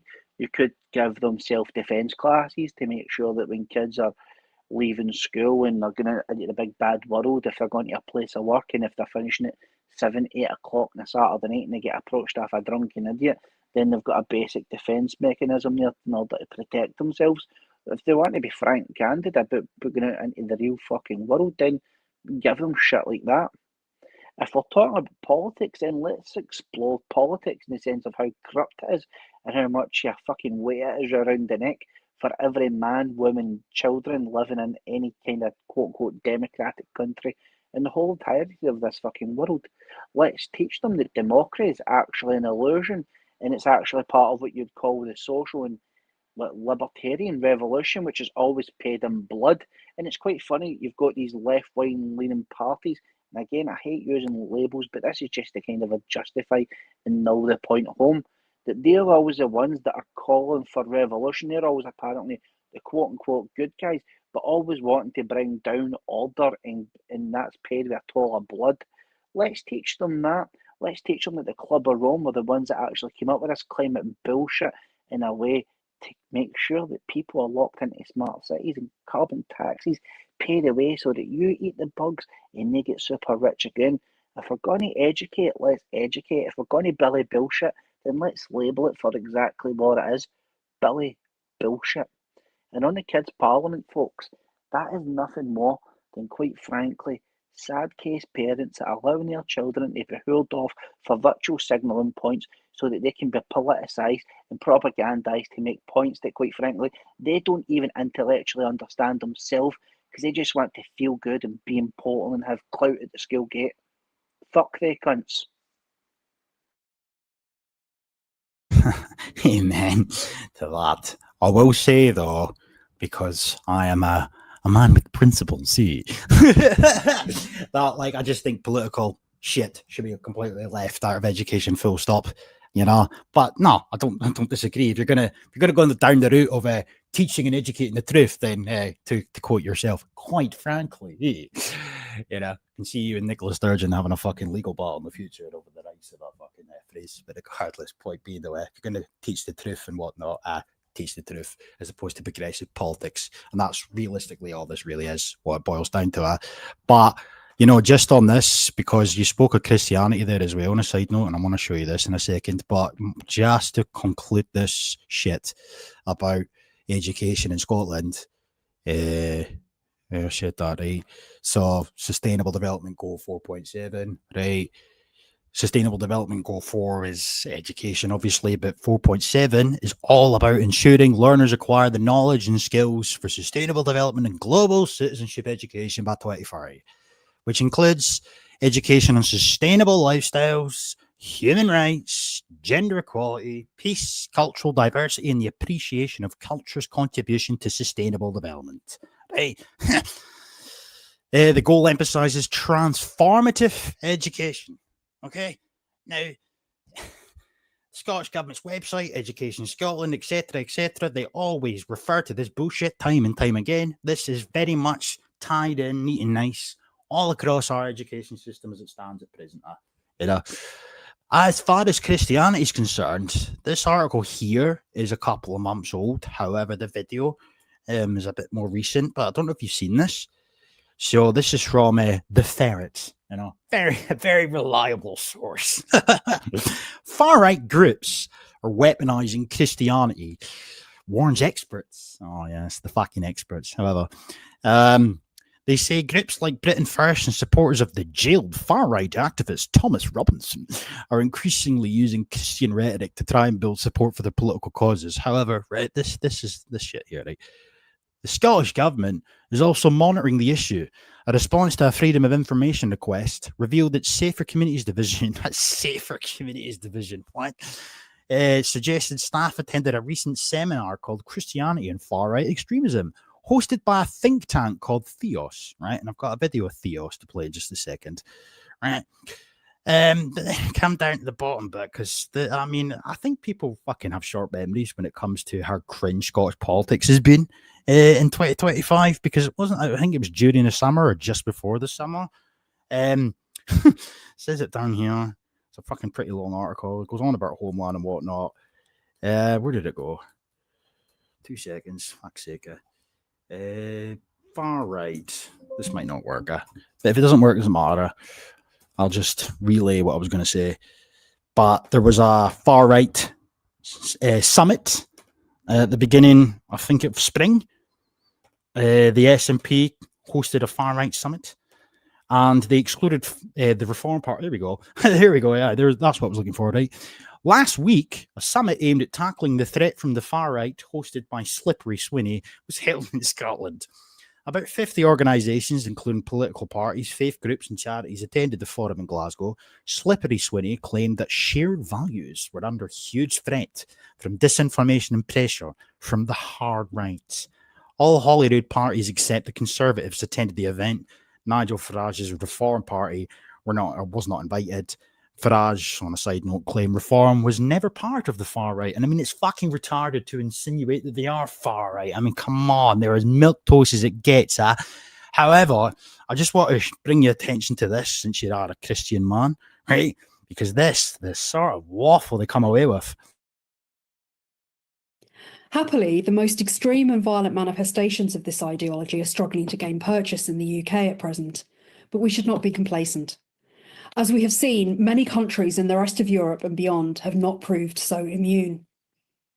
But within the UK, mainstream forms of the far-right movement are growing in influence and plausibility. The 2024 report by Hope Not Hate plots a significant advance even in the past year, both within fringe political movements and within the Conservative Party itself, as well as in popular news outlets such as GB News. The mainstreaming of far-right discourse makes it more acceptable, more electable, and, as we shall see shortly, more plausible to the Church. We will now list in a moment, the key ideological features which mark these movements, but I wanted to note a few things before I do. First, I want to say that this is not a tidy, self-contained catalogue. Different groups will emphasise different things, and some right-wing extremist groups hold diametrically opposed views on certain issues. So, an indicative list of ideologies will genuinely include a cluster of some or all of the following. A nationalistic urge tending towards ethnic or Christian nationalism or even white supremacy, which may be expressed as racist abuse or violence. Related to this, there is often a strong anti-migrant invective, often employed in dog whistle racism. We don't want to dilute the Christian values of our nation with Muslim immigrants may actually code for we don't want any more brown-skinned people in our streets. Next, we have traditional ethics around human sexuality and gender, which in the hands of far-right groups can manifest itself as homophobic or transphobic violence, or the intimidation of staff and patients at abortion clinics. Fourth is anti-Semitism. This is a variable element, especially since the 7th of October attacks. Some right-wing extremist groups, though, are aggressively Zionist. Fifth, Islamophobia. In its various forms, this is a relatively uniform element of far-right political expressions in this country. And finally, there is conspiracism around a variety of issues, such as those listed on the slide.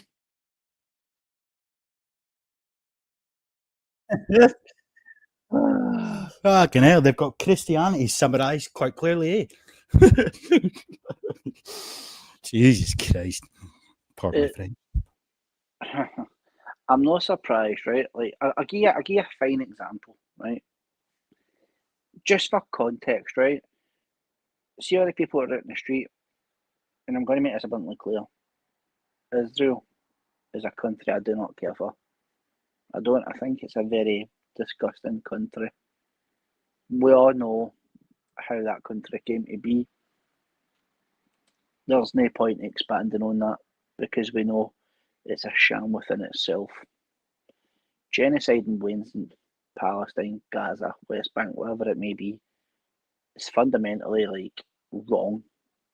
It should not happen. It's an evil that needs to be removed from the world. But the people that are out protesting for a free Palestine have said absolutely heave the haw about Nigerian Christians being genocided in their own country by Islamists. They said nothing at all. Nobody's wanted to touch it with a barge pole. Nobody acknowledges it. You've got the people of Armenia who are literally being genocided and have been bombed for years on end, pretty much as long as what the Ukraine-Russia thing's been going on for. Azerbaijan, nobody's protesting for them. In fact, the only person that I've actually seen come out in any sort of a mainstream capacity and talk about it was Dan Bilzerian or whatever the fuck his name was, when he was on interview with Piers Morgan. The Armenians already had a genocide before that. Nobody wants to talk about that, and that's purely because they're Christian. The fundamental root of all of this is, and people might disagree with us, and that's up to them. I have no care for anything other than that because this is what I believe and I'll stick by this. Christianity is the only viable option, the only viable means of relevance to get through this, because when you go down the rabbit hole, you'll come to the same outcome, the same culprits, the same groups, the same individual, the same entity, every single time. And the one thing that they hate more than a Austrian painter is Jesus Christ. That is tenfold. They've even went right out their way to blaspheme against Jesus Christ and his mother, Virgin Mary, in their Talmudic oral teachings. that is then passed on generation to generation, that is then subtly propagandized through media, through movies, through academia, through all these different means to pollute the minds that Christianity itself is an evil concept that needs to be taken out. Then they bring in, quote unquote, as the rabbis like to say, the broom of Judaism. They bring in Ishmael, the Islamic herds, into Europe because they just basically, it's a very militant, war-minded religion to say the least anyway. But I'm not surprised, mate. This is at the same time, they'll tell you that you've got to coexist in the more impressionable minds that I think that seek genuinely good-natured folk would when they go, well, I don't think that's there's anything wrong with that. Coexist, stick that shit right in the fucking bin. Stick that shit right in the bin. We should burn out atheism, should burn out anything contradictory to the fucking Bible, should burn out anything that contradicts or blasphemes against fucking Jesus Christ. I have no ifs or buts about that. People don't like it. Tough. Don't care. I really don't. This is the banner that I am under. That is the banner that I will die under. No quarrels with it. That is just how it is. But for many, they see this as a good thing. And the sad thing is, right, it's like when you hear the language that when the European people's done away with, the people that are doing all this will literally run the house. They'll be the ones calling all the shots. You take away Christianity and everybody else, you take away Christians out of Europe who are literally going to be the last line of defence, you take them out of the equation, you get the fragmented divisions within each ethnic country of Europe, France, Poland, Germany, Holland, Britain, whatever it may be, and you get them to pick each other off, and Christianity invades for Europe, Europe will die. I don't say that to sound hyperbole, I don't say that to be a doomsday, I don't say that other than it's the simple truth. That's why countries like America, that's why countries like Canada, that's why countries like Australia are dying, because the cultural erosion has been tenfold in these countries. That's why you see certain places like Poland and Hungary as being the last bastions of Europe, because that still stands strong to this very day. It's a demonstrated fact. And the enemy knows exactly what it needs to do. But the sad thing is with many people in our country and in our walk of life, they are blinded by sheer ignorance and the gravity of the situation, because they're not just fighting a fleshly war, they're fighting a spiritual war. The enemy knows that, but everybody's too lazy to actually observe it for what it is. So they play on the ignorance and the naivety of the people. And this is the point that we're at. This does not shock me. It does not get my senses excited, because quite frankly, it's nothing new to me. Maybe new to folk, maybe new to some people, but it is nothing new under the sun. And quite frankly, it's going to get accelerated as time goes on. We've seen chapels, we've seen churches, we've seen abbeys being set on fire, demolished, turned into pubs, turned into Indian restaurants and everything else under the sun. Our very way of life is being chipped apart piece by piece by piece by piece by piece, and everybody sat by it and like, there's no real man in the sky. No, it's all this bullshit Judaic language that people use, and then turn in practice what they've been told off the fucking BBC, reading the Sun newspaper, and basically being what their primary school teachers taught them. Coexist is harmful. Stick it in the fucking bin. Amen. Pardon the pun. I mean, obviously, I'm not Christian, and I've said that in the past. But I've also said that it's pretty obvious throughout the centuries, a lot of our society is predicated on fucking sort of Christian morale and whatnot. But as Christianity begins to decline, there's a vacuum that's unfortunately beginning to be filled by alternative religions such as Islam. And I'll come on to that in just a second. But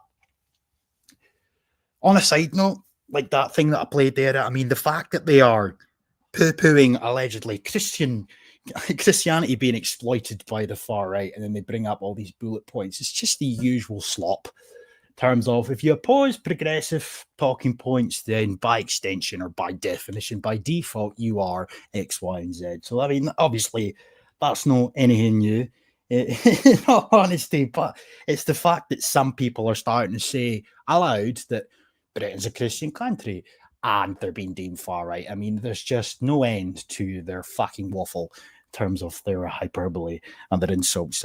But the unfortunate thing for you, mate, and I know that like you don't particularly buy into like what like the Church of Scotland come away with and whatnot. Like, you know yourself, it's been somewhat cucked in recent decades, which unfortunately goes a long way for people of my persuasion to be even more disinterested in sort of considering Christianity, because it's like Sam of the Pish, like I think it's the Church of England or whatever fucking institution it is down there. They've got like a tranny bishop now and stuff like that, and up here you like this turn the other cheek stuff, and it's all about rainbows and gays, etc. Like that is not helpful at all. Oh no, 100%. And do you know something? See, for the perspective that you have, right, in the position that you're in, it is easily understandable to think and feel the way that you would. I don't have this thing within me that I can't rationalise and understand for a perspective for the other side of the fence, because looking out and inwardly, I mean, yeah, 100%. But the thing is these bastards, and that's what they are. They're not teachers, they're not priests, they're not witnesses. They're bastards because they chase the world. They want virtue signaling, they want worldly love, they want worldly material, they want worldly wealth, they want worldly feel good butterflies and fucking rainbows. So when they go to sleep, that they can turn and say, "Yeah, that's nice. I made Timothy, who used to be Tina, and Tina, who used to be Timothy, feel very included." It's not about that at all. They know it's not about that. But again, when we have seen this hijack of the church, it's things that Christians don't like to converse about. It's things that they don't like to point out about, because it simply has been and has been for a while. And the only way to, acknowledge that there is a problem is to admit that there's a problem, and there's been a problem for a while. And for some strange reason, it's like a taboo. It's kind of like, you've got an issue, but you don't want to look at yourself in the mirror in the morning. And this just plays into the thing that I previously said about ignorance and naivety. When the chips are down, and they are down, have been down for a while, you can only go forward with your head up. And the church, for some strange reason, and I don't think every single individual within the churches right across the board, they're all bad. But I tell you something, the people that are pulling strings and conducting all these measures are an absolute plague and a poison. I don't think that they're churchly people. In fact, I don't think that they're godly people. I think they're Freemasonic, Fabian Society, occultic fucking pawn pieces. And you do have them. You have them within the church the same way that you have them in media, the same way that you have them in stadiums playing their concerts out to people. You have these people in every position in life. And when you look at that and you understand that, then you go back to like what any rational person would do. So we'll use 9/11 as a general example, so how I can lay this out and it's simplified in the best way where people understand this. You look at 9/11, you go, something doesn't sound right about that.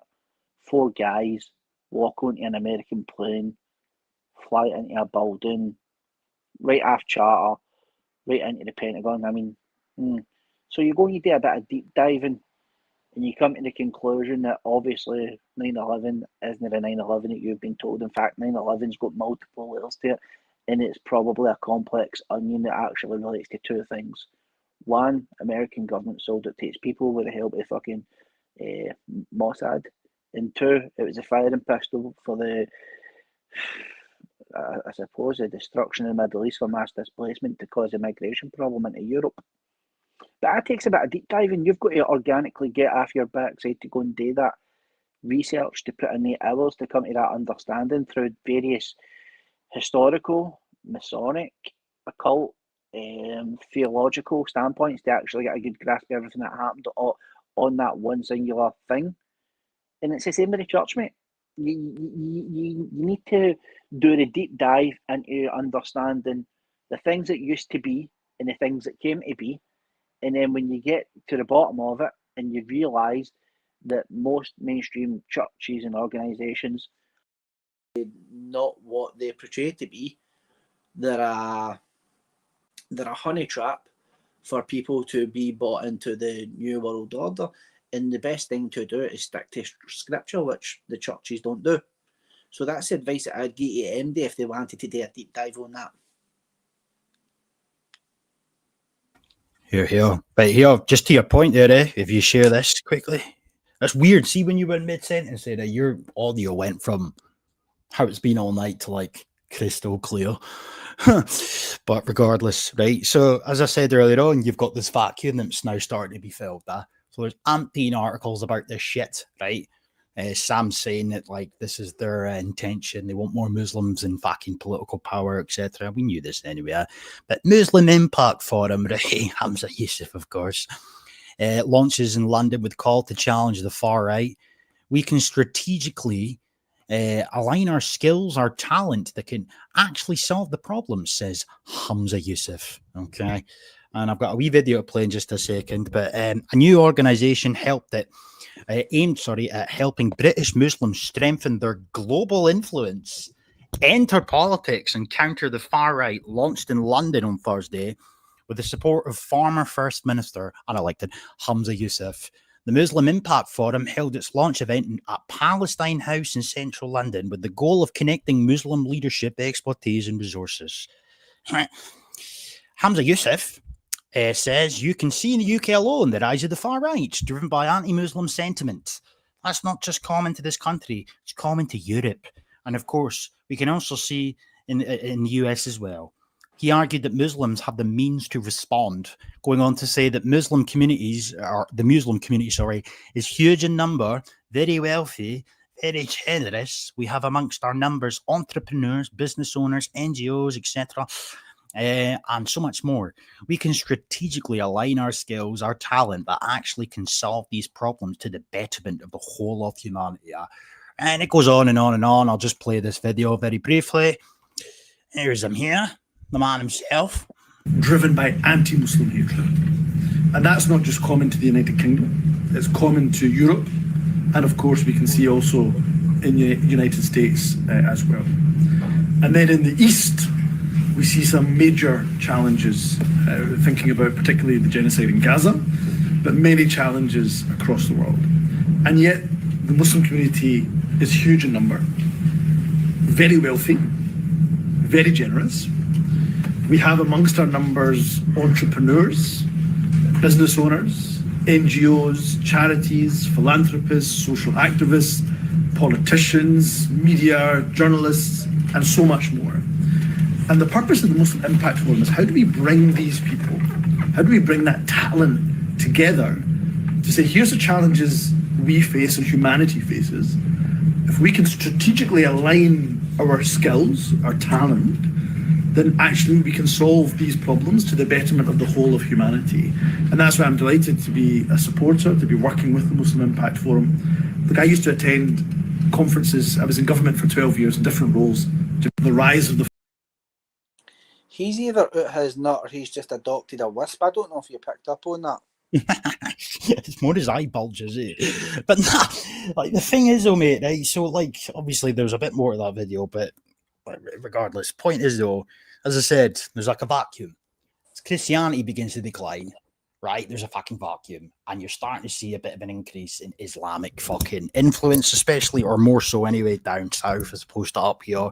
But that isn't to take anything away from the fact that Muzis up here are trying their damnedest to try and exploit the current political landscape. And Hamza Yusuf and Anas Sarwar and all these other pricks. And that's what a lot of them are. You know, they are very much doing everything they can to try and obtain fucking power for their own group, right? More power to them if you want to do that in your own country. Yeah? You know, that's where I start to get really pissed off, because while people get lambasted and harangued for having the temerity to bring up the fact that historically we're a Christian country, They're far right. They're goose steppers, etc., etc. However, on the flip side, you've got like Hamza Yusuf and whatnot, actively and openly campaigning for political power for their own religion. You know, like it's the fucking double standards, like what we're all accustomed to. I get it, beating dead horses, etc. I get all that, but the point is that it's just so in your face at times, eh? And what, like Scott Webb? Hello. It's like, you know, the one thing that he tried to align there, and I think it almost came out like in the case of like maybe 2 or 3 sentences. It was, you know, us Muslims, we're wealthy, we're generous. It's we want to work in sync with humanity. In, I think he mentioned the far right pretty much on the space of like 3 sentences, maybe 4 or 5 at a push. But he's done that in that order because it hits the senses, and you're sitting there and you're taking it in, and you think, all right, okay, well, I don't necessarily agree with that. So that's somebody that I could really align myself with. And because they've been, I suppose, marketed in a way that in the US and in Britain and in Europe, they've seen this kind of a like small expansion come out. They know that they have a small domain of natives that would basically align themselves with them, so they can use these people kind of like what you see the SNP doing, where they'll have like the SNP MSPs and SNP MPs, and they'll maybe put like, you know, a couple of Chinese and maybe like 2 Bangladeshis in there to go, we are one and all in one sort of a shite. It kind of like, it's like a bit of a propaganda piece, in all honesty. But again, the one thing that you should really, if you listen to the language that you get for that, it's the whole fucking quote unquote coexist at the expense of everything about your country, your identity, your heritage, your lineage, your culture, your fucking way of life, your values. The whole shebang has to be changed and curtailed to coexist, which is why I will always advocate tell people, coexist, stick it in the bin. Don't disagree, mate. And just, this is the last thing I'll fucking share. Coming here. Shut up, Margaret. Many are here because of war. I fucking hate her, baby. But just to your point there, about assimilation, integration, and all this shit. Listen to this. This is a doozy. I think I'll let Manny McAllen speak first, though, albeit this is a sort of tried and tested point. We were speaking about this about an hour ago, but just because the gaslighting's off the charts again, but see, when it comes to Q Cab Stewart and what she says, fucking hell, mate. Fucking hell. But yeah. Inclusive and just. That is what Scotland can and must be. To this right-wing nonsense finding itself in our national parliament for the second time in a month, to mistruths in social media, read by thousands before we have the chance to correct them, to politicians, journalists, institutions repeating and thereby normalising unfounded suspicion, fear and hatred that should never be normalised. This is all happening to the extent now that what we once knew as bigotry is now defended as free speech. Well, the SNP know what it is, presiding officer. We recognise what it is. We will call it what it is. It is prejudice, it is intolerance, presiding officer, it is racism. It is all of these things with migration, suggesting that is utter. The use of the term assimilation. This has connotations of having to either mask yourself or to mimic in order to fit in, rather than enabling cohesive multicultural communities. Presiding officer, the days of ethnic minorities with strange names having to change their names in order to anglicise themselves and disguise themselves, the days of young Asian girls and black girls having to bleach their skin in order to fit in with white communities, those should be condemned and put into the history books. So I reject the term assimilation. Yeah, obviously the Manny McAllen thing at the start there, that was just because it's no longer like people on the streets banging on about the far right and Nazis and whatnot. You're actually hearing it in our parliament now from the SNP. You oppose immigration? You're far right, you're racist, etc. More to your point, before I played that, you're on about, you know, having to give up our culture and whatnot, or that's what they say, shared or coexisting, etc. Right? And then you hear shit like that from her, Q Cobb Stewart. Name me one fucking society across the world where there was such a thing as a sort of society where they're a multicultural, a cohesive, healthy, multicultural society. The elephant in the room here is that as society becomes more and more diverse, dare I say, and multicultural, the more the problems begin to arise. But again, full circle, like we were on about right at the fucking start of this stream, they can't bring themselves to concede, you know, that maybe, just maybe, the continuous importation of people of different religious beliefs and ethnicities and whatnot, they're fucking adding to the problem, you know.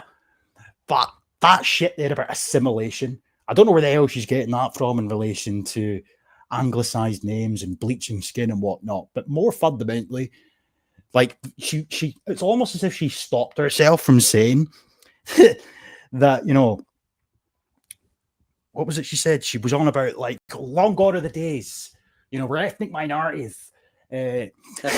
Skin. Yeah, it's almost as if she was almost on the verge of having a power trip there. The reality of the matter is, that's just shit. Nobody's ever said that. But the fact is, we are now moving away from encouraging integration, encouraging assimilation. So even for those people that are in favor of immigration, right, back in the day, it used to be, yeah, I don't mind immigrants as long as they integrate. We're even moving away from that now. We're moving away from that concept. You can't assimilate. Don't advocate for assimilation and or integration because that's racist, right? Long gone are those days. No, it's all about being yourself and embracing your fucking heritage and your culture, right? Tell me how the hell that equates long-term wise to a healthy society. You know, see, many times when I hear things like this, it takes me back to that. I think it's like a poem or something. Ghost of a Flea, I am an Englishman, and he says, you know, what is my gripe? My gripes, we weren't asked, we were told. In pretty much, but by summary, with many people, that is the one singularity that we all share. We were told how things are going to be. We have been told that we have to accept things now. As I said earlier on at the start of the stream, about anybody that listens to the stream or any rational person going to bed tonight, they're going to go and lock the door. Because that's what you do. You don't want somebody coming in and causing you harm. You don't want to get robbed. Remember I said this? So that's a normal, quote unquote, human behaviour. You're taking the actions to safeguard yourself.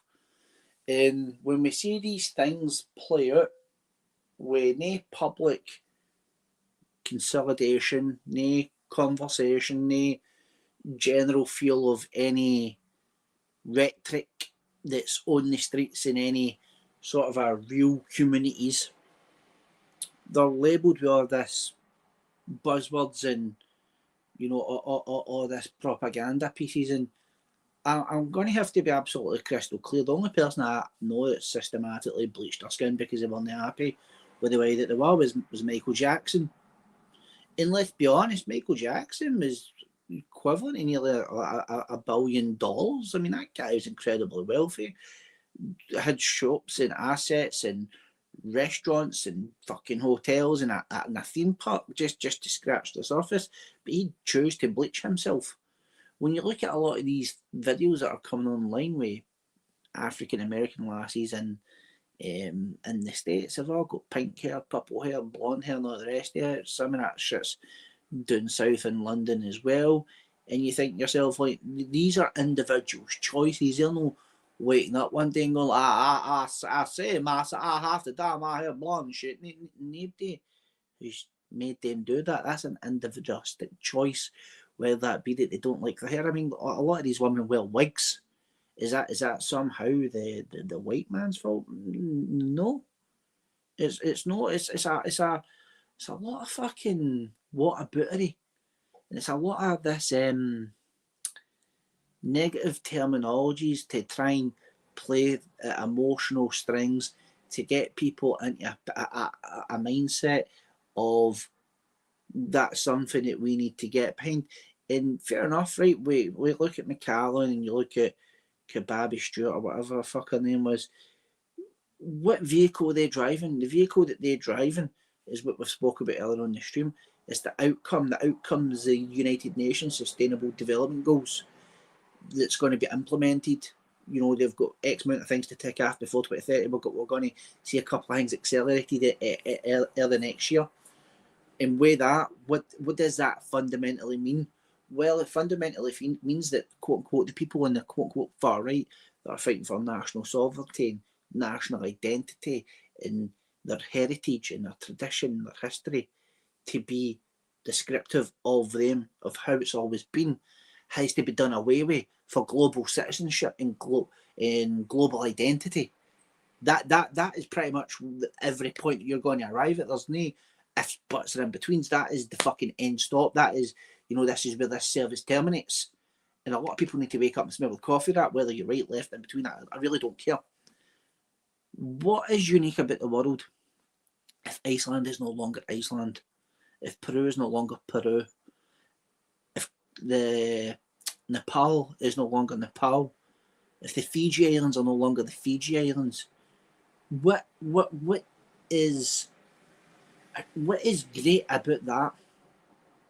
What is great about no having an individualistic history, culture, and identity markers of each people?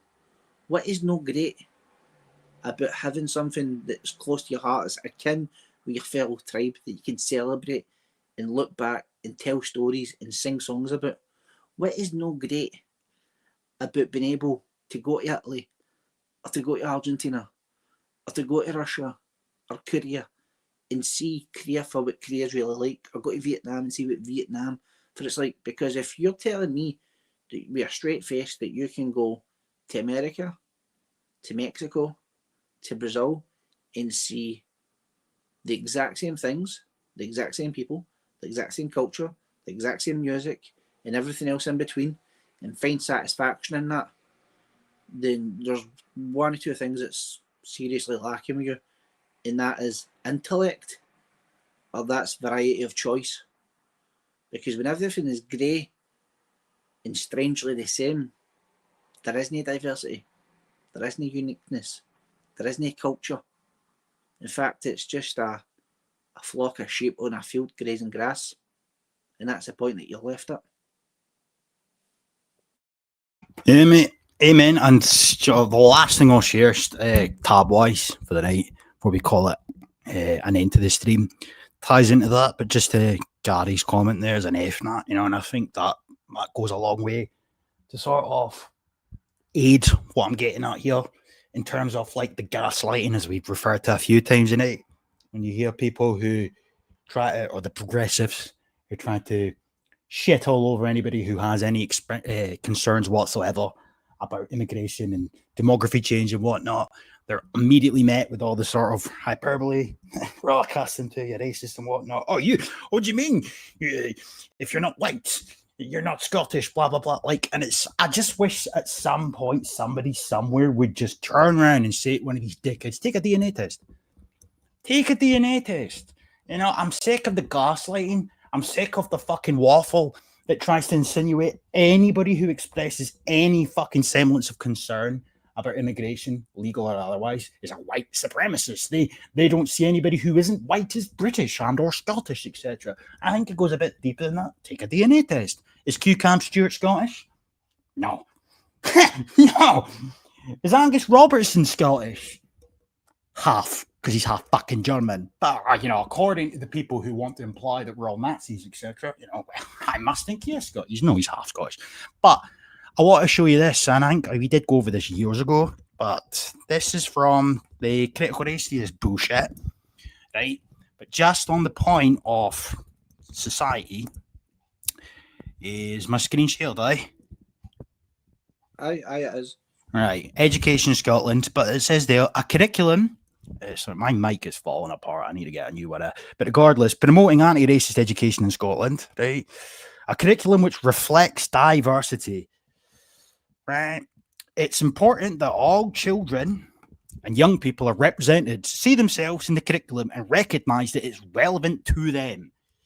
Right? But this bit here, a curriculum which reflects everyone involves normalising diversity within the curriculum so that learners routinely see language, content and imagery that reflects the diversity of culture, identities and experiences, including their own. This normalising is more powerful than one-off lessons that explore diversity or celebrate difference. The latter can have the unintended consequence of othering those who are not from the ethnic group which is in the majority. Celebrating the difference may reinforce stereotypes, so careful consideration is advised. Normalising diversity within the curriculum, as opposed to normalising the white majority ethnic group, gives every learner the important message of being valued and belonging. Right? That's happening in schools, and you've got cunts in our fucking parliament banging on about it in a, in a more adult sense. The point remains the same. Hugh Cobb Stewart, as I said, kind of stopped herself and basically saying, long gone are the days when we're going to be considered ethnic minorities. No, we're not going to assimilate. We're not going to integrate because we're all skunks. Fuck you, white man. Fuck your white society. Fuck your history. This is the new progressive era. Okay? And if you have any problem with that, you're far right. You appreciate Adolf Hitler. It's just fuck off. I'm sick of it. I am fucking sick of it. However, yeah, that's my 2 cents. E, like E.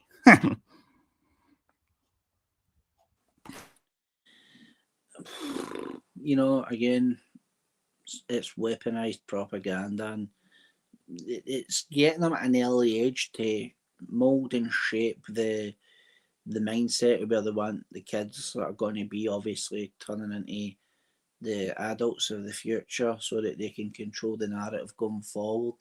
Kind of like what you've seen after every terrible event that's happened, whether it be wars, whether it be, historical landmarks like French Revolution, etc.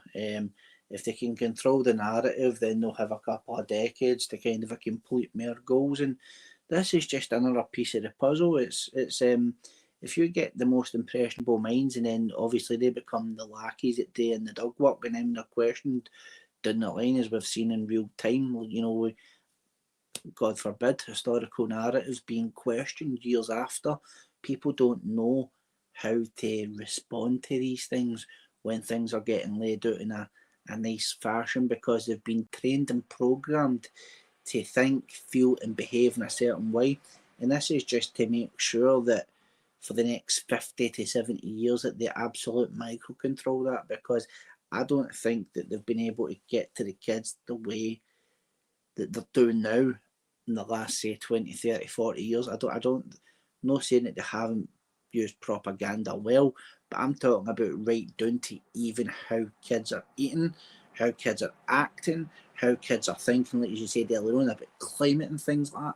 I think they've really accelerated and cultivated a divisive strategy that will safeguard anything that they want to do in that time frame that I've just laid out, because now they've got an extra hand in the pocket that they never really previously had. And a lot of that comes down to digitalisation, pretty much. There's no getting away from it. But again, for folk that maybe are looking at this and think, what's the best alternative? I don't have all the answers, and I know you've said earlier you don't have all the answers.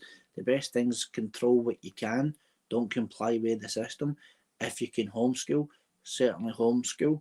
If the kids are at school, go through them with their schoolwork, their coursework, etc. Find out what levels and how far down the rabbit holes that they've been at school, and kind of curtailing that into a point of using critical thinking and rationality, so that the kids are best equipped when they're in an environment where they're being propagated, that they have the best defence, which is control of the mind, to see through the bullshit, and giving you and your family the best place so that you're safeguarded and shielded for a lot of this shit that's happening in the world.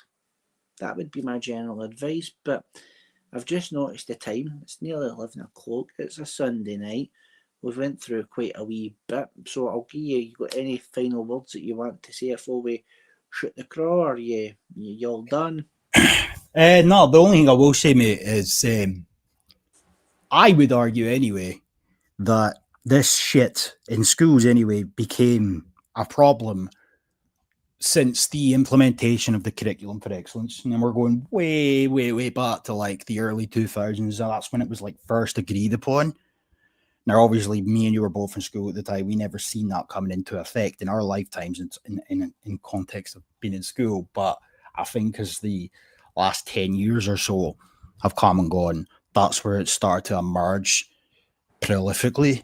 That combined with the Agenda 2030 Sustainable Development Goals, which the Scottish Government signed up to in 2015, learning for sustainability, global citizenship education, right? All of these things working in tandem. As I shared on the screen earlier on, 4.7, global goal 4.7, sustain, fucking honestly, like all these sort of political mechanisms working in tandem, and it's becoming really difficult to like ignore. You know, back in the day, we went to school and we just learned our ABCs, etc. Left school and got jobs and did the rest of what's expected of you as an adult at that point. Whereas kids nowadays, it's like a fucking conveyor belt, and they're becoming politicized. But as far as the sort of normalization of diversity, I think that's even more repulsive in many respects, because they're trying their damnedest to try and drum it out of kids that, you know, this diverse future, you know, they're trying to educate them to think that it's racist to have a problem with that or express concerns, because at the end of the day, we're all tribalistic, right?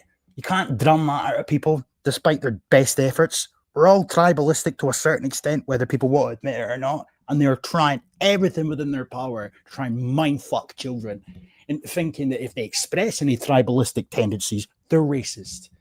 And I think that's egregious, quite frankly.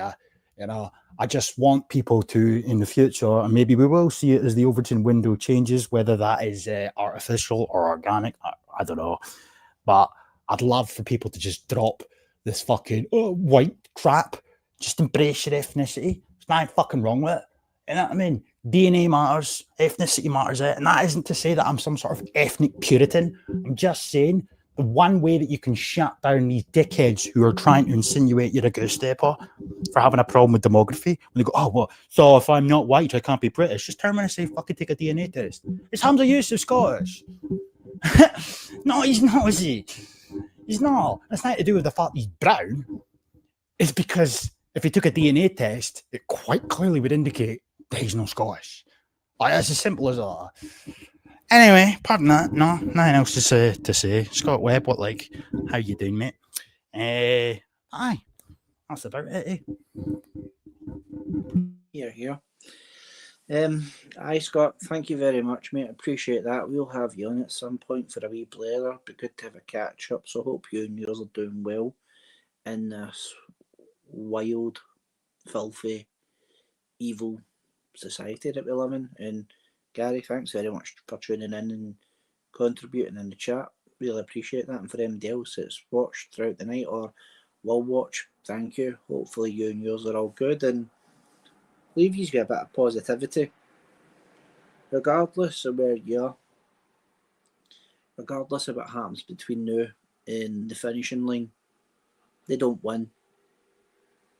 Europe will prevail. Christianity will prevail. Evil will be crushed. Good night.